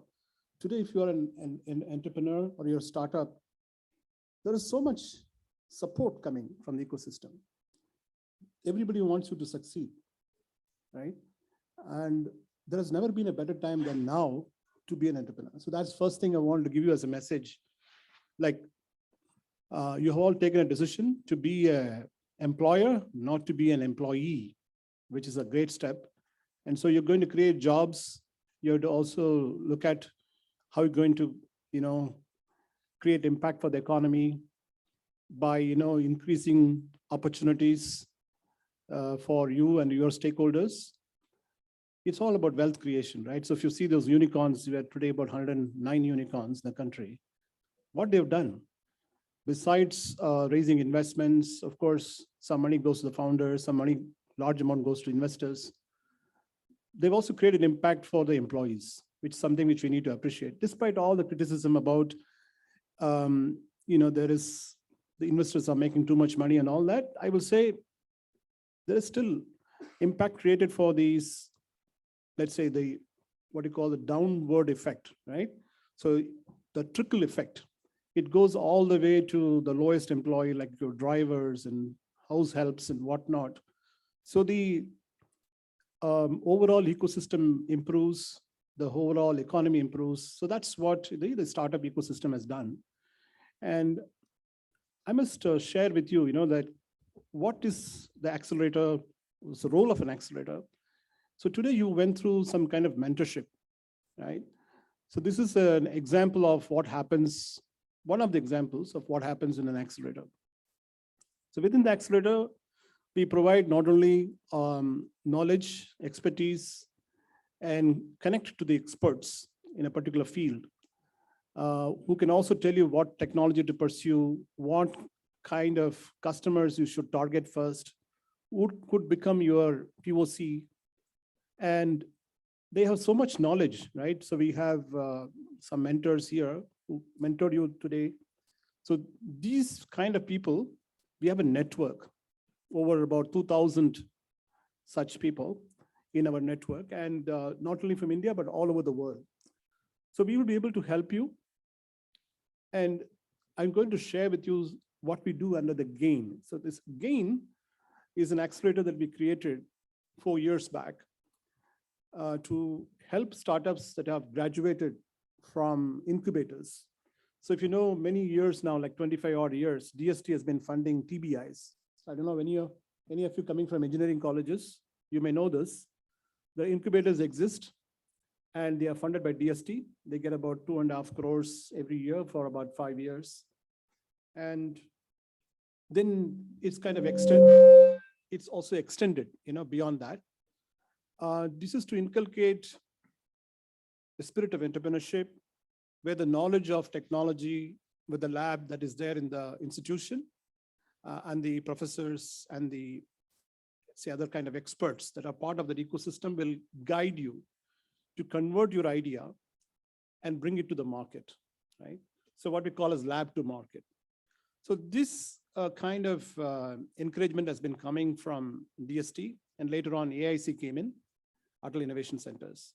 So these are examples of incubators. So the incubator's role is to convert your idea from an ideation stage to take it to the next level, and then expose you to some experts where you can get some knowledge and make some course corrections, whether this is the right way to do, this is the wrong way to do, and so on. And thereafter, what happens is it's a role of the accelerator. We really, help you to scale. Maybe you got up to the POC stage. So beyond POC stage, you need to raise investments and also to find more customers. You need to kind of repeat that. So that's what the accelerator does. So as you can see here, what is the objective of the accelerator is to bring other entrepreneurs who have been through similar challenges, other experiences, and they become your cohort mentoring, as we call it, cohort mentors. So they share with you their experiences. And many times you've seen when entrepreneurs collaborate, there must be one must be in edutech, one must be in, for example, sustainability. One is doing some solution for Fintech. I'm just giving you some examples, right? So they all come together. There's so much knowledge transfer that happens. So the problem that you are solving in Fintech could be very relevant for someone who is solving problem in retail industry and the other way around. So these are some of the examples of what will happen in the accelerator. And it is meant for people who want to go to the next level and want to repeat that customer. Let's say you got first few customers, you did some proof of concept during the incubation stage, then you want to make into a product or a solution that you can keep on repeating. Okay, that's what the investors want. So the other thing is also we bring a structure. See, it's very, very hard as an entrepreneur. You may be very good in your technology or your domain, but running a business is not easy. So we provide you so much knowledge about the various structuring. How do you manage funding? How are you going to make the payroll? How are you going to manage your IP? What are the other values that you have, hidden values that you have within your startup? So these kind of hidden value that you have in your startup and your entity, experts will be able to guide you, mentor you, and bring more value for you. So there are enough examples in our own, you're going to see some of the examples of our own startups. We have managed to generate so much IP that this is something which they are using it for increasing the valuation. So let us say today you're valued at about 1 million. By unlocking latent IP, your valuation goes up. And this is something which the founder himself or herself didn't know about it. So this kind of consulting, this kind of knowledge we provide. One example, as you can see here. And one more thing is that you may be attacking one particular problem, right, in one area, in one region, one country. But then in another country, there will be a different problem for which the solution that you are working on will be very relevant. And these mentors will be able to guide you in that because they have been working on this similar problem. So that's what you see in the second one here.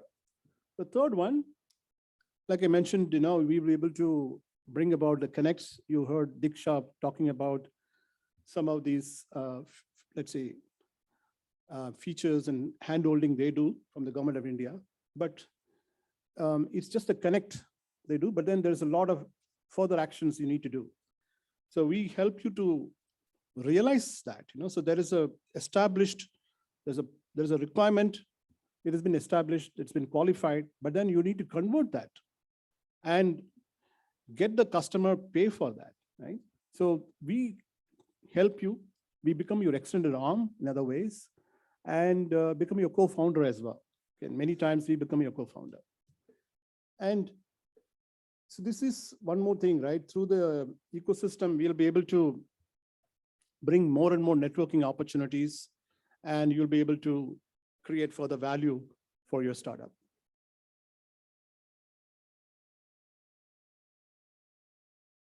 So what has been our impact? So far, we have, in about 4 programs, 40 startups have graduated, and we can see about 180 odd mentors have been helping them. And we can see also 24 out of that 40 are Indian startups. 16 of them were international. So when we say international, it is from Korea, it's coming from Israel, from Germany, and also from US. So what we have been doing is we also bring about collaboration between Indian startups. Say, for example, there is a startup in agri-tech, and there's a startup in Israel also working on agri-tech. They can actually collaborate, and they can address a market, not only in India, but all over the world. And guess what? The advantage of Indian costs, right? The arbitrage that you know for many, many years, the cost of development, cost of engineering is much lower in India. So the Israeli startups, I'm talking about my own accelerator, we've been doing all this, is the startups are able to benefit from it. And some of the sectors, as you can see, we have, though these are only some of the representative, edutech, healthcare, fintech, we have also now added sustainability. Besides that, we also have Industry 4.0 or manufacturing and agriculture. So these have been the sectors in which we have helped the startups in those 40 that you're seeing. Right now, as I speak with you, there are 6 Korean startups we are helping in the medtech. They are, of course, Series A startups, and we are helping them to go to market and raise not only money, but find customers.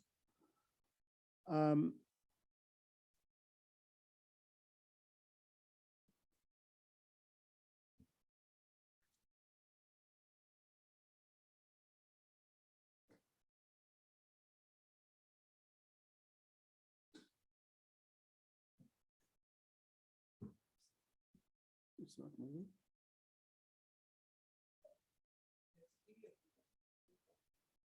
Yeah. It is slow down.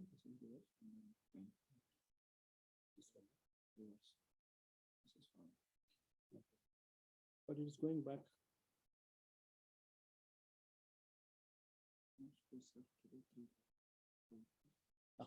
Thank you. So you can see what kind of impact we have created, right? You see some of the startups. I'm just showing to you last two cohorts. 10 of the startups, when they joined the accelerator, there was certain value they had, and the certain number of employees they had. and how it went up. So for example, in the first cohort, it went from 200 to 231 employees, and the valuation increased from 28 million to 33 million. And the funding raised was 1.3 million after they joined the accelerator. And we made 40 plus business connections. Similarly, if you see what has happened in cohort 2, it's even more successful because the valuation is almost more than doubled, 44 million to 97 million. And the number of employees from 140 to 194. And we raised 2 million. And the global connect they got was 60 plus.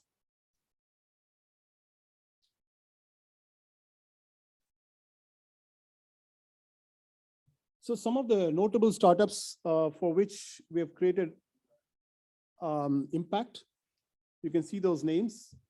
So these are already available on our website, so you can visit and get more information. It's as I speak with you, more success has come. Startup that were not in this, they've raised 1.5 million, 3 million, and so on. And these are very latest. Yeah.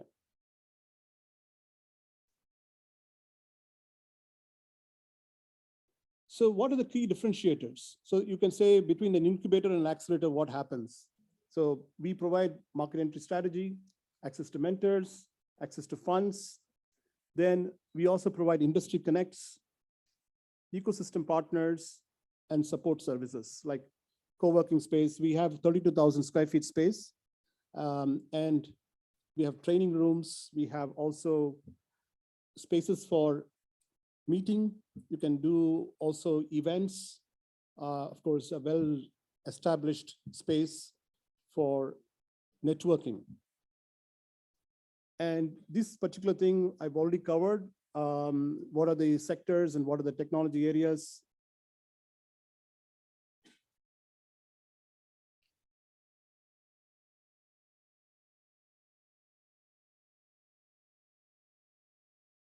It's going back. It's going back again.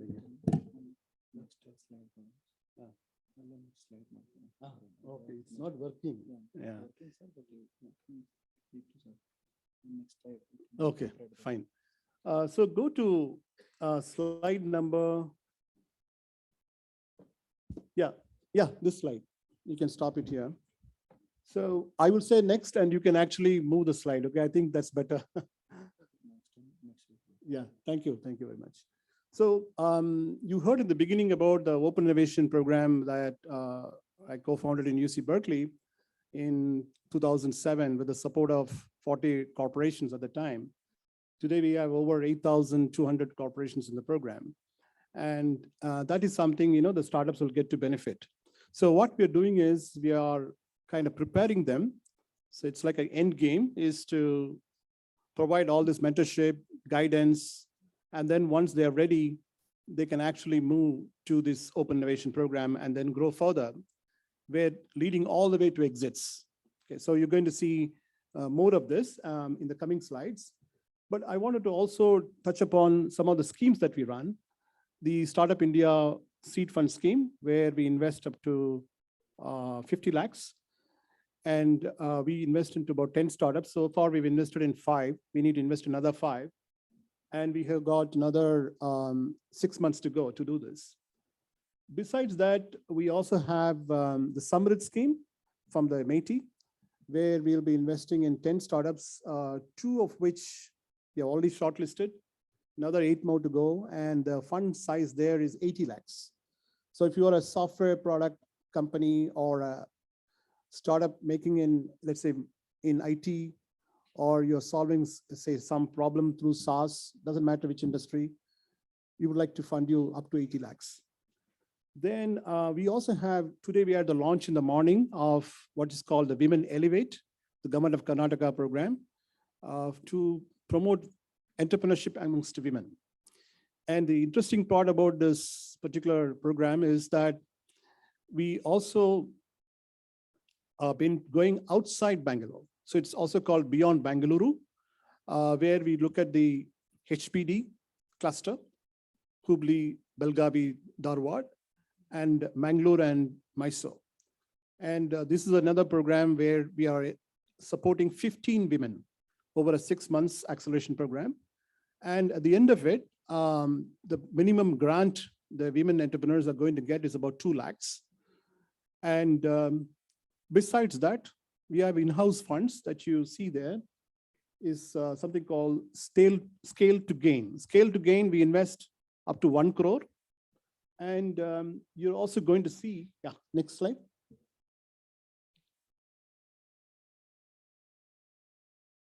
Next one.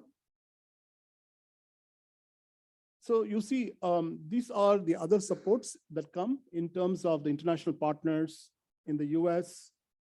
So we work with Mass Challenge, you may be all aware. It's a program that is headquartered out of Switzerland and also in Boston. And there's a huge presence in Israel. So we collaborate with Mass Challenge. So the startup that are part of our accelerator will get to participate in Mass Challenge as well. And I've also touched upon the other programs that we have. The Unicorn Incubator is a Korean incubator. So the startups that are from India can actually benefit in terms of getting investments in Korea. And also they'll be able to go to market in Korea. And so we'll be able to support startups that are relevant in the particular sectors, like we are looking at agri-tech, we are looking at healthcare, manufacturing. So if you are a startup that's working on some of these areas, you can be in touch with us and we'll be able to help you. One Lens is an accelerator out of Australia. Then we have Innovo. Innovo is out of Boston. And Mesh Labs is a set of innovation centers in Israel. And of course, the 100 Open Startups is an open innovation platform. You can apply anytime. And the market forces will determine where you belong, whether you are in level 0 or to level 5. And depending on the value or the impact you create, the customers and investors will get in touch with you. Next slide.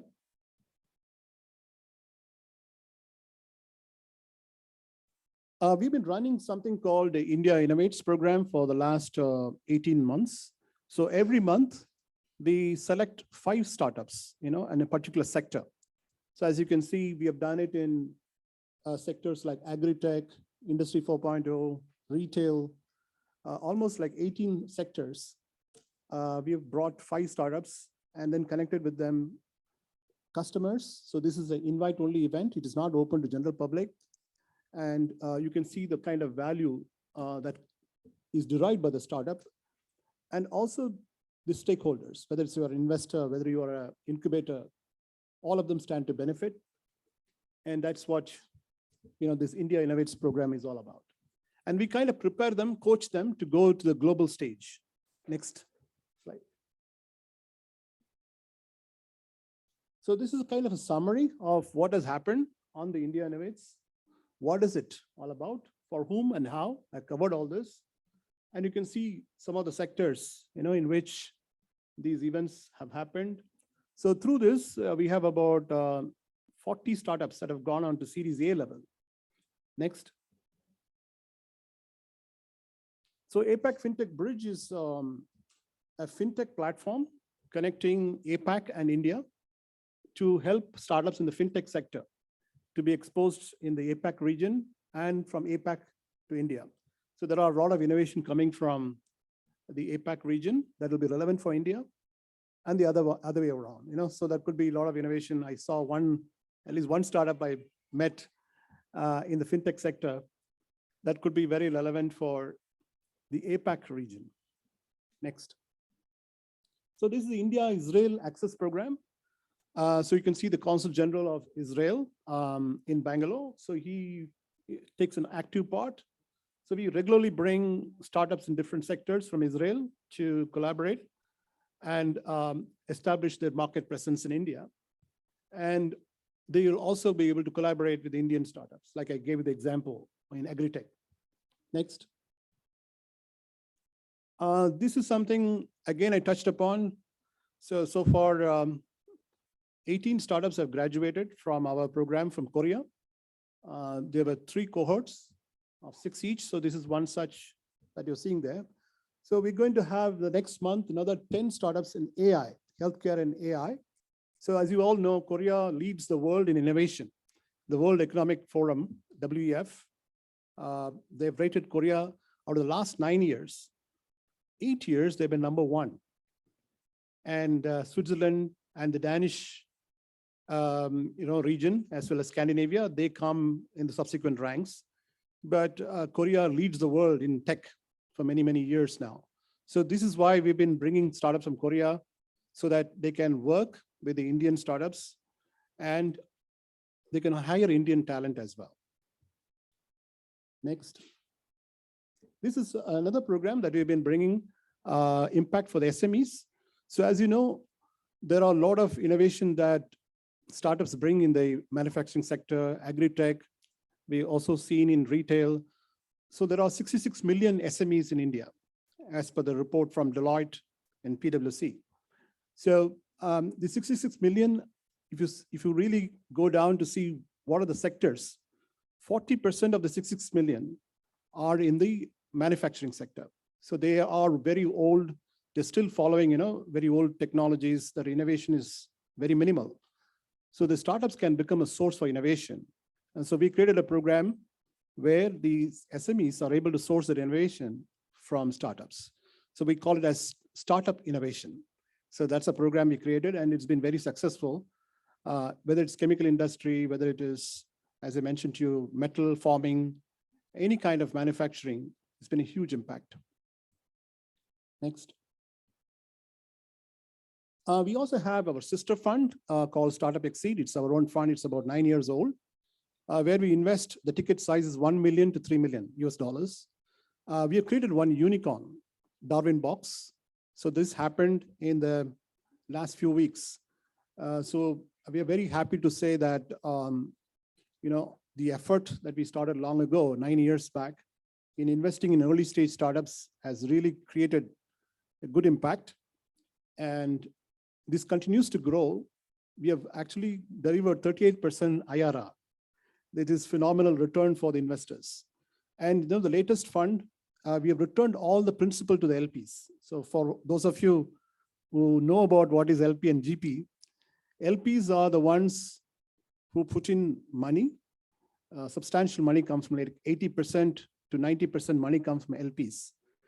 So we have returned all the money that was taken from the LPs and whatever else they're going to make now. So imagine only 4 exits have happened.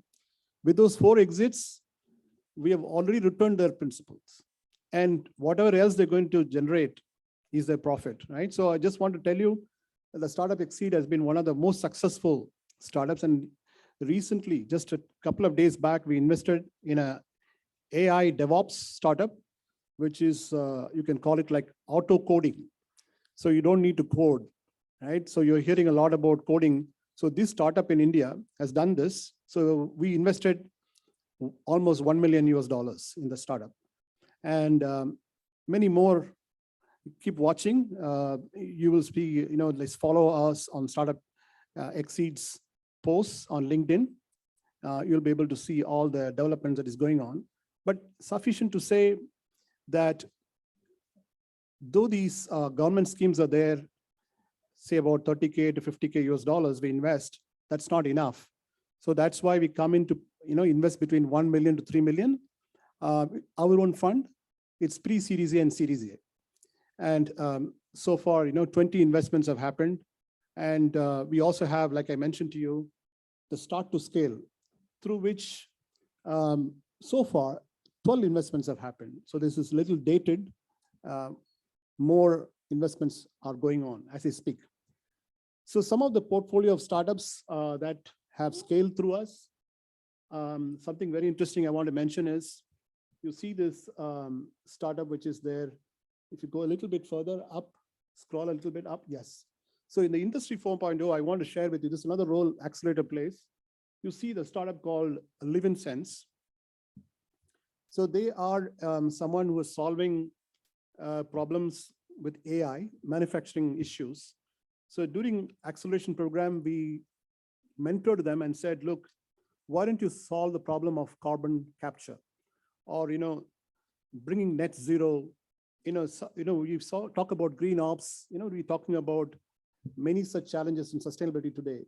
So what we did, we kind of coached them and then made them into what's called green ops, as you hear about DevOps, right?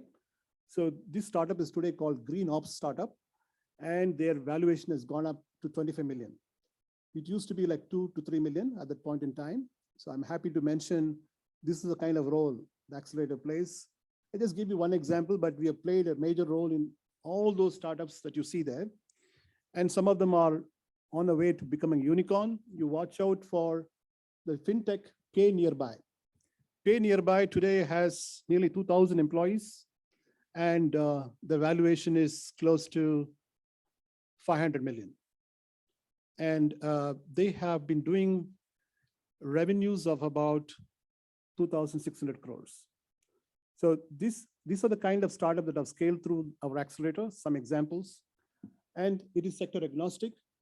And I want to also mention about Piatrica, which is very interesting because it's a women-led startup, and they raised $1.5 million very recently from a UK investor. Next. So you heard about all the Indian startups. Now you can also see how we are helping international startups. And these are some of the programs we run for the Korean government. Interestingly, recently, the Korean government also said our accelerator is the best program for them amongst the 8 countries they work with in the world. So I must say, this is a matter of pride that this accelerator comes out of Karnataka in Bangalore. And Korean government has said this is the best accelerator for them anywhere in the world. So you can see what all we have created. And so these are the founding members. Next. Yeah, so I just want to tell you, Mr. V.V. Naidu needs no introduction. He's a former STPI director, he's an IS officer. And Dr. Krishna Michelini is a former CTO of Honeywell Worldwide. He used to also serve as the CEO of Honeywell India for many years. He's right now based in Boston. Mr. Naidu and myself stay here in Bangalore. And you can see the rest of the people, I don't need to make any introduction, right? They are like who's who in the ecosystem. Next. So this is the execution team, the people who are actually involved in the execution. I personally coach the startups, not only here, but across the country. Many accelerators call me to do sessions for them because of the unique value we bring. We connect startups also to Silicon Valley. We have a program to help startups to go to Silicon Valley and then also scale further and then find exits. So we have a program where we take the startups at a certain level and then prepare them for exits in 3 years' time. Next. So this is the startup exit team. The ones that you saw, the ones that got invested. So these form the GP, and you can see who are the co-founders of the fund. And recently we have started to raise the 3rd fund, which is about 400 crores. And this is the team supporting us. And as you can see, they come from not only entrepreneurship background, also come from a very strong tech and industry background. So some of the notable speakers and mentors on our India Accelerator. So these are well-known names. I don't need to introduce anyone. Next. Next slide.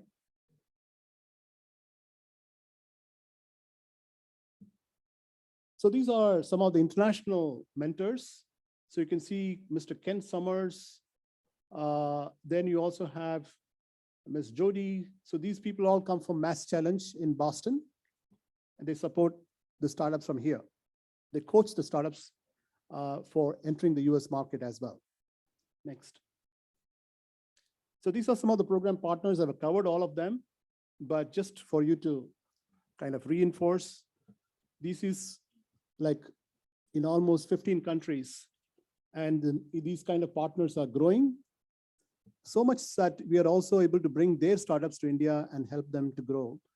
And more importantly, we're also helping Indian startups to scale in their countries. So these are some of the industry partners with whom we have a special arrangement to source startups for them. and they are able to use their technologies. For example, MathWorks provides a platform. The startups don't need to do enormous coding. They provide a lot of support in terms of accelerating, your development cycles. Next.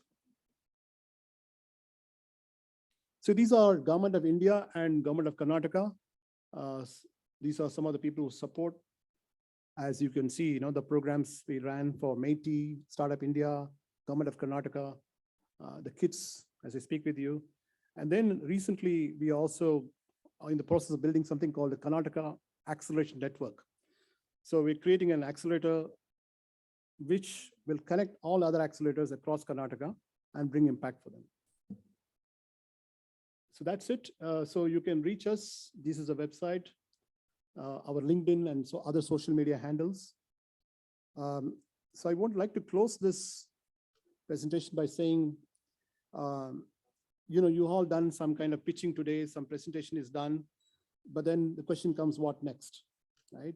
There is so much, challenge out there. How are you going to overcome that? So come to our accelerator and we'll help you. Thank you so much. Thank you for this opportunity. Thank you, Varat sir. It was kind of an eye-opener, not just for the students, even for people like us, right? So there's a lot of good work that this platform is doing under the able guidance of Varat sir. A huge round of applause. It's because of these people that the ecosystem strives, right? So before we can take any questions, I would request our President, CA IS Prasad, to share a few words with our audience.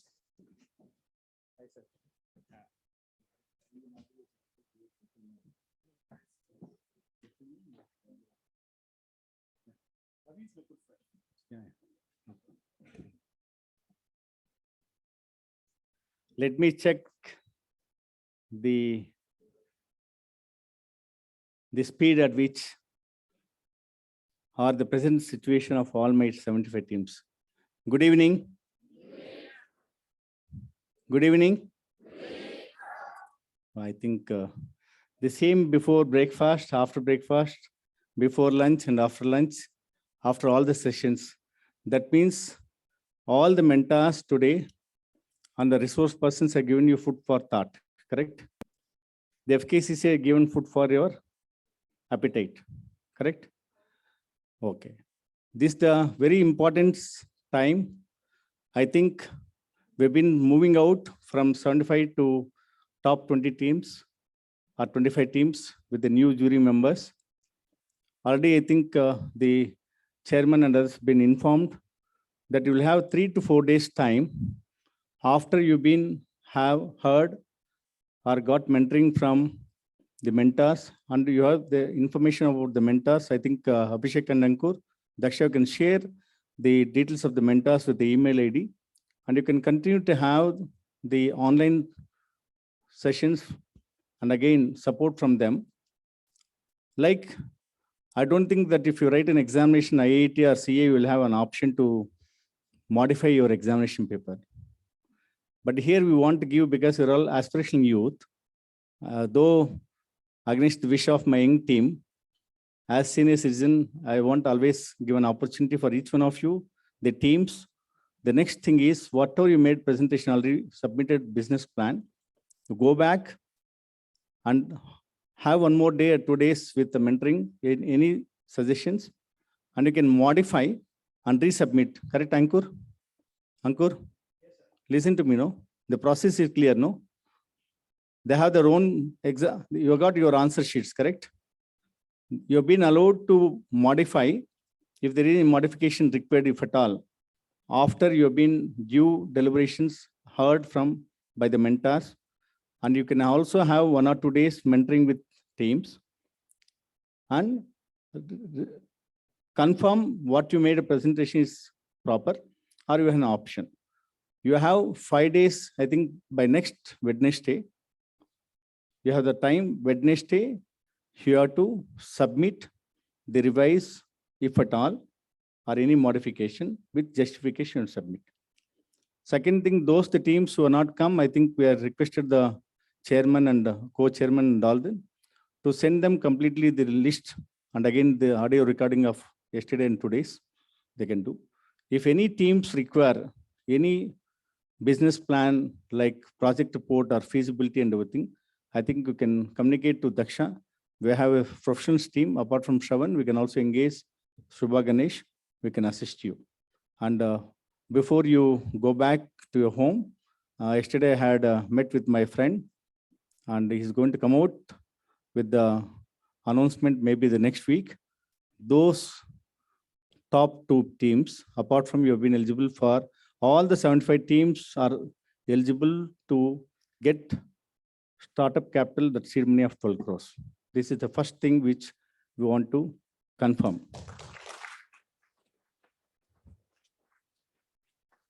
This jury is not going to decide your future.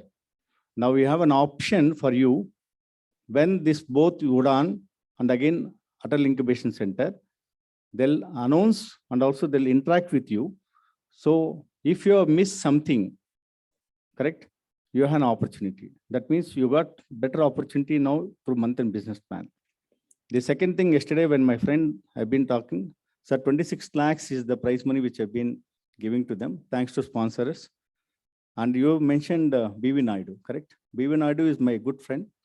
B.V. Naidu, V. Kulkarni, Ramana Reddy, myself, we work for PAN STPI. I registered more than 200 companies that time. Today, they all become unicorns. And I want to see here 75 teams, unicorns. 25 lakhs is going to be a seed fund for the top 2 teams, because B.V. Naidu sir itself is in the grand jury. So that means what is for you? Yesterday was 12 crores, 26 lakhs. Today is 20 crore, 12 crores, 25 lakhs plus 26 lakh cash prize. Morning, Dr. C. Manohar has been announced 1 more lakh. My dear students, money is not going to be, there's no dearth of funds. What my importance is that all of you gone enrich, enhancement your knowledge, and this Manthan of 14th edition have impact among each one of you. And as a president also, I've been learned a lot of things as a student, and all the jury members, mentors, leaving their work, and my core team leaving their work, has been concerned about you, because if we made the difference, what I missed in my life, not to become unicorn, I want to see among you some unicorns, not necessarily that some unicorns, you should be like Adani, or you should be Ambani, or why not Prime Minister of India. So that is the future. How many have been thought that External Affairs Minister Jaishankar, AFS fellow, is going to be External Affairs Minister? See the change after he has become External Affairs Minister. Modi ji been asked every Indian Foreign Service, because it's very difficult for the reach. They have directed a Minister of External Affairs, directed them to interact with Dr. I.S. Prasad, President of FKCCI, aspiration of business community. 9 ambassadors have come and interacted. So that is the spirit today Prime Minister of India is working. And you have seen now Chief Minister of Karnataka, and Karnataka is very positive. You all have future, and you have very bright future. Take care of yourself, have a continuous smile in your life, enjoy what you do. Not necessarily the qualification is just only recognition, but hidden talent, and the mentors going to unleash the potential of young minds. The FKCCI platform, we are going to meet. Probably, I think the date will be announced. That day I'll be with you, along with you, just to give you a comfort zone, make you comfortable to see that 75 from 75, we are going to select 25 teams. So the day is not so far. So let me begin with after 75.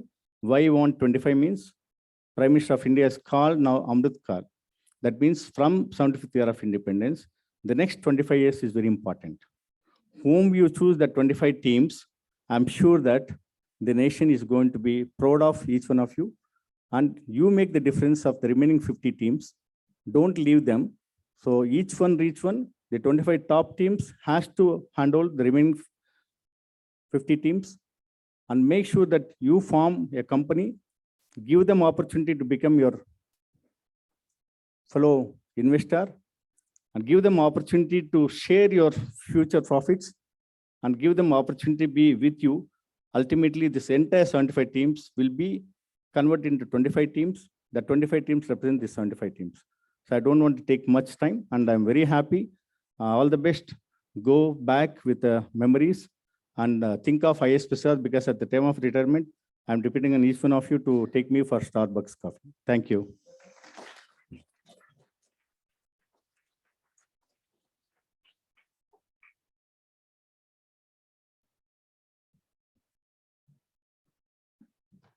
Any questions? Yeah. Any questions for Bharat sir?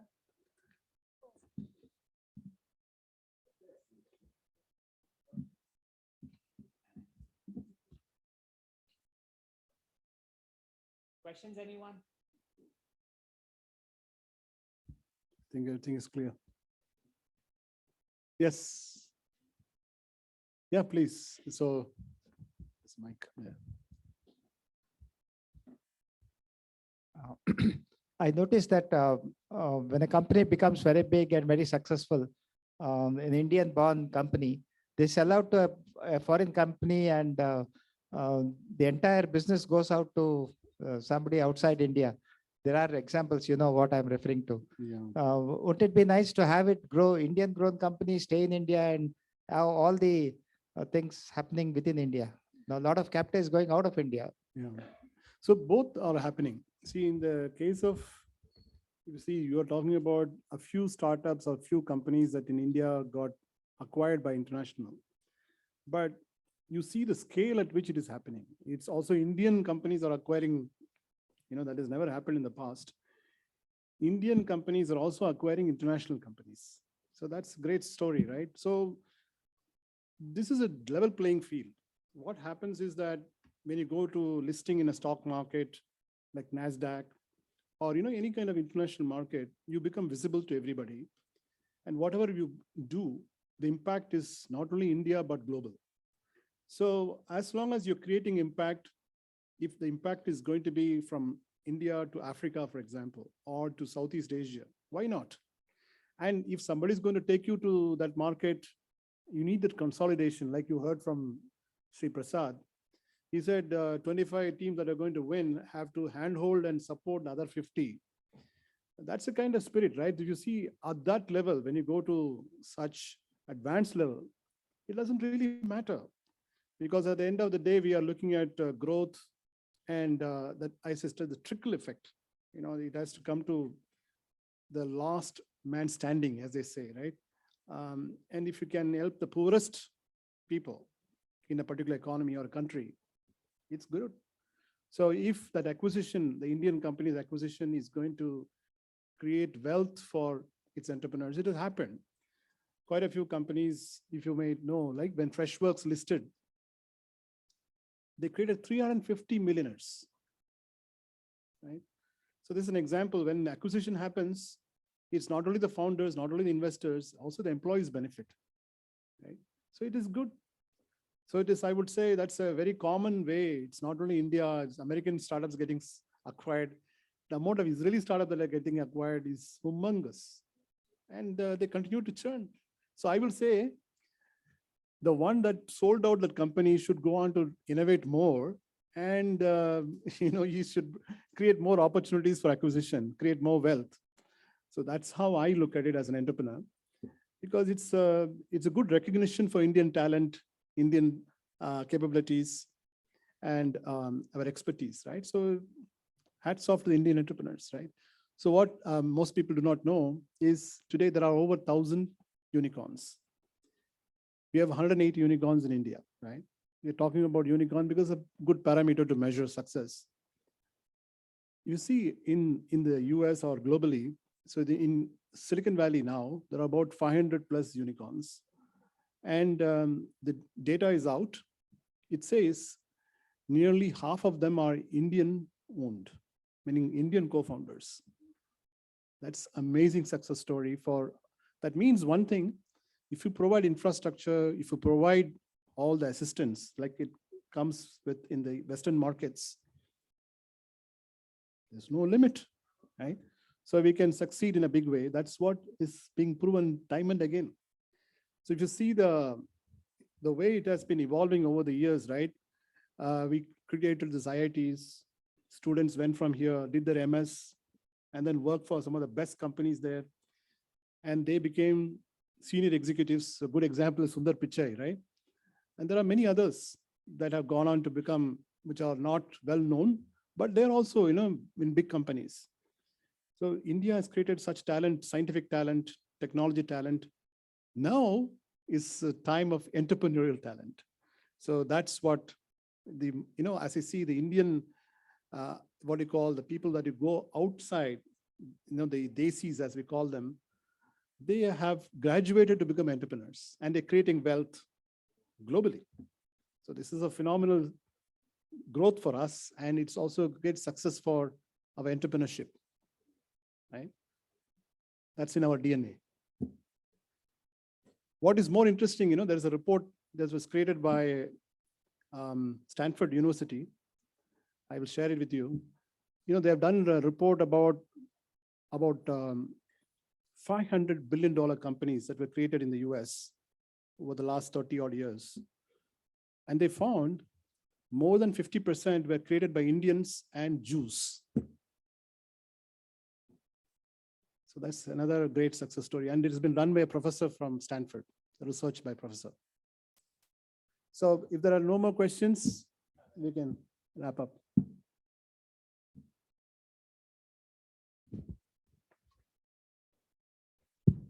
Thank you, sir. Sir, what is the ideal time for the entrepreneur to know his idea is working for him or not? To be more specific, in initial stage of entrepreneurial journey, he may not earn his own money. Till what time he should know that he has to nurture his idea? At what time you have to shift?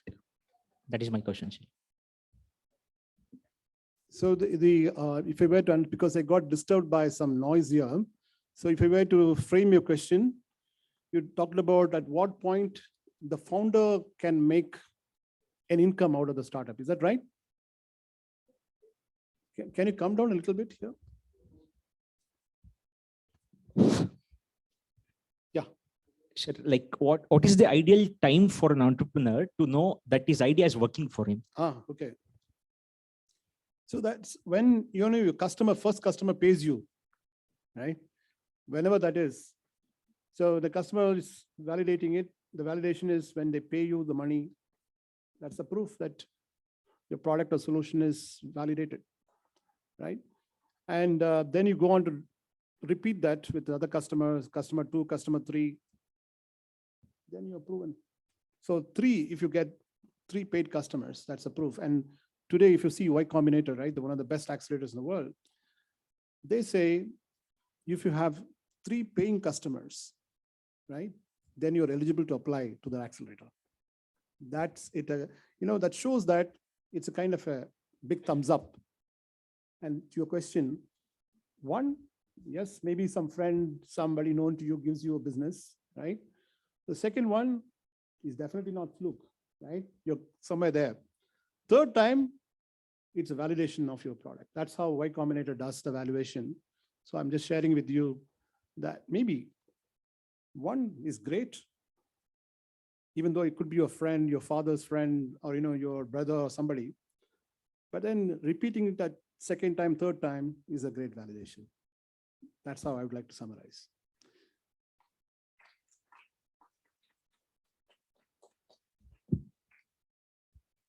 Good afternoon, sir. My name is Kanchan. I have a small doubt.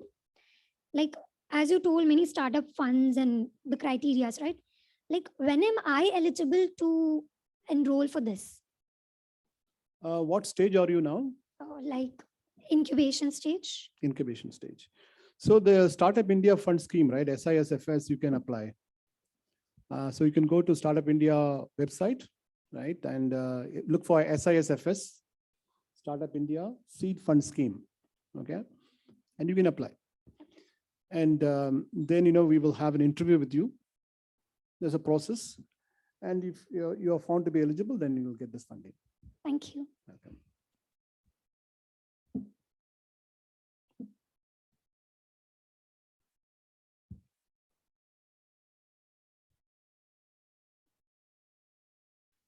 Any more? Yeah. All right, sir. Referring to the question which another asked us, when do entrepreneurs usually find that they really need their exit plan? And based on your experience, what were the reasons? Why did any entrepreneur choose to sell their company or give an acquisition or drop their plan over there? Yeah, good question. See, we see there are many reasons, right? Sometimes we've seen the entrepreneur is having some health issues. We've seen that also in, especially the Western world, people reach retirement age and there is nobody to continue. Their children don't want to do this, and then they have to exit this, right? So we see either due to the age of the entrepreneur or some health issues, right? It could be young also. He could be young, but then he wants to exit because there's no one to support him or her.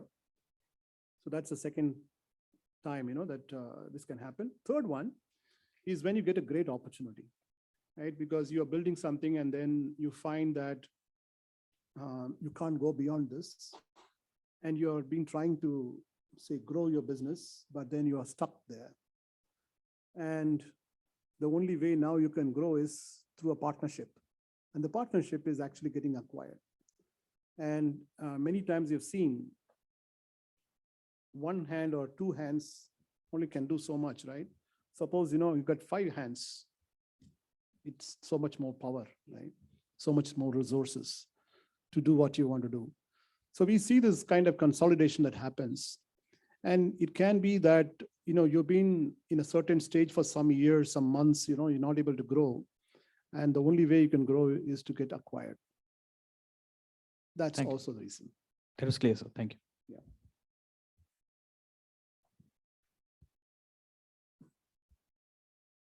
Any more?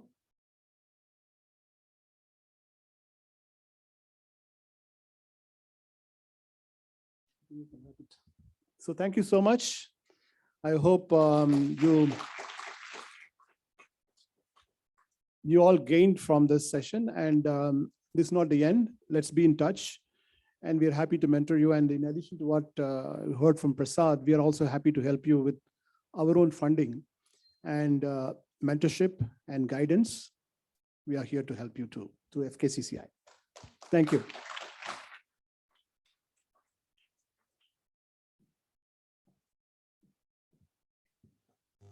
Thank you, Varat sir. On behalf of FKCCI, we're really glad that you're able to take your time to address our young minds. Thanks a lot once again. Yeah. Friends, this is where we conclude this 2-day special mentoring sessions. I hope all of you had a fabulous time, a lot of networking, a lot of learnings to take back with you. I now request the co-chair of Manthan, Ankur Basin, to kindly come forward and kind of give us a brief of what happens from now until the finale. He's going to give you all a brief. Thank you.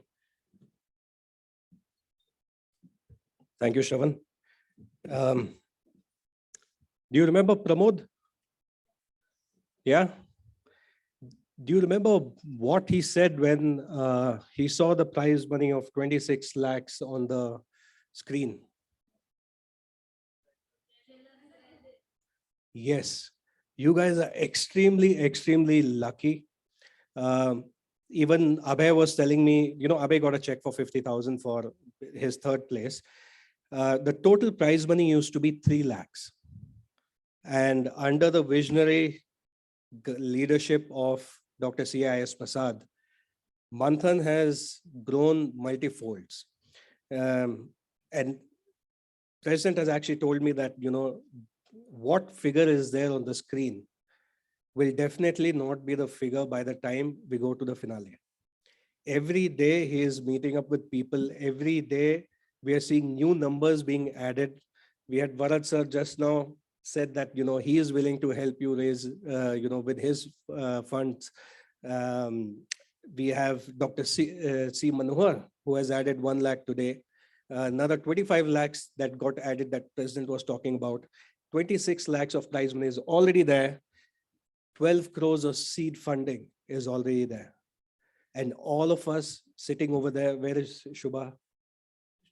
Shubha just went, and Shubha was like, man, I wish we could be 21 again. I wish I could participate in Manthan. This is not fair, right? So there was, what did Niranjan say? Niranjan said while leaving, some of you were not here. We had two more past winners of Manthan today. One of them was Niranjan, and those who were here, while leaving, Niranjan said there are three kinds of people. Can somebody tell me who are those?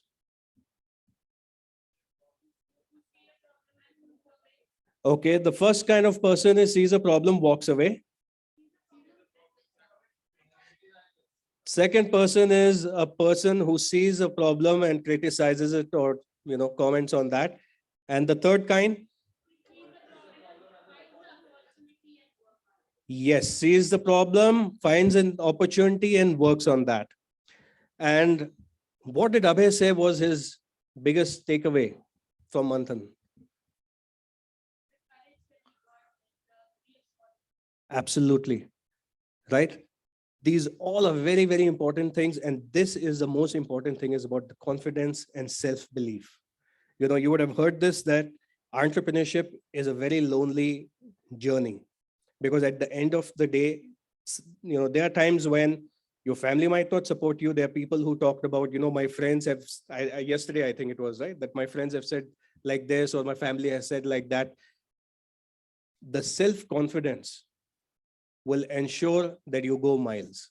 And I want each one of you to take that. And this is what I also said before Abhay started speaking, is that, you have made it so far, which is a validation of your ideas. And if you don't proceed to the next 25 or the top 5, it doesn't matter. Like I said, Abhay came third, but he has raised more money and he is way bigger than the other 2 people even combined, right? The ones who are above him. Before I get into what comes next, I would like you all to give a huge round of applause. Wait. Let me tell you why. Wait. Those mentors or the speakers from today who have spoken, if I could kindly request you to just stand up in your place wherever you are, please, sirs and madams. Please give a huge round of applause for all the wonderful mentors, speakers who have spent their time yesterday and today. Thank you, sirs. Each one of them has done this pro bono. What does it mean by pro bono? Yes, they're not getting paid for it. They're doing it because they're passionate about helping startups. They're passionate about helping students. Make the most of it. Make the most of it, that you learn from their experience. You learn from their mistakes, their learnings, because they say that experience is a comb given to you when you go bald, right? So you are in a good position that you get the comb while you still have the hair. So make the most of it. And I have seen that a lot of mentors are really passionate without taking any sweat equity, which is something that Pramod spoke about yesterday. Continue to guide you even once you are out of Manthan. And that is a huge, huge takeaway. So make sure that you build that rapport with your mentors. This would have not been possible without the core team led by very dynamic and young, very proposable chairman, Abhishek. And a huge shout out to all my other team members, Shubha, Shravan, Rahul, Pranam, who are not here. And the unsung heroes. While you guys are doing things, they're in the background. They're running around with the phones. They're running around with the papers, scratching their head. Oh my God, this has happened. This person has made this last minute change. What do I do? Skipping breakfast, having food poisoning, and yet standing all day are the wonderful staff, Daksha, Soumya, Ankita, and all the other people. We have Mr. Nagaraj, Harsha, each one of them have spent a lot of their time in coordination, and they will continue to do that. They are our backbone on whom we depend. So again, once again, a huge round of applause for the staff. Now, what's there for the future? You have 1 week to go back, revamp your business plan, submit that by 17th, end of day, 17th, 6 p.m. Yeah. Send that business plan back to Manthan at fkcci.in. How many of you are from outside Bangalore? How many of you are in Bangalore for the first time? Oh, good. So the next time when you come, which will be on 20th, I will not ask this question because that will be your second time. So you're coming back here, your next set of presentation, 20th. 19th and 20th, we'll come back to you with the exact slot. Each one of you will be given your slots. The presentations will be physical. The reason for that are two. Number one, we don't want anybody to be penalized for any kind of tech issues. We have seen that, some people have had issues wherein they were not able to share their presentations. There were some network issues. Eliminate that. And second is, generally, it's a lot more comfortable for people to present in person, and we want to give you that opportunity and get that live feedback, for the jury to grill you. So 19th and 20th, we'll come back to you on your exact slots, but remember this, by 17th, you need to submit your business plans back. If you have not received your business plans back by the end of the day on 17th, we're going to assume that you will be using the same presentation that has already been given to us. So please make sure that is submitted by then. Once you present by 19th, 20th, we will pick top 25 teams who will go into the finale. Those team will be grilled by a separate set of juries. We have a lot of juries, which is a grand jury, which includes Mr. B.V. Naidu, Mr. Prashant Prakash, Madan Padaki, and two other people. And over there, it's going to be an elevator pitch. So when you come in for your presentations, those 25 which are selected will guide you on how to do that. There'll be very short pitches, 2 minutes pitch that you will be doing to them. And then this will be on the day of the finale. So you do this, and then after that, we have the huge award ceremony, huge checks that will be there. Some of you will take those away. The others are most welcome to join in and enjoy in that party. So thank you, all of you, for coming and learning and make the most use of this platform. Have a good trip back home. Those who are staying back tonight, please speak with Daksha. That's it. Thank you.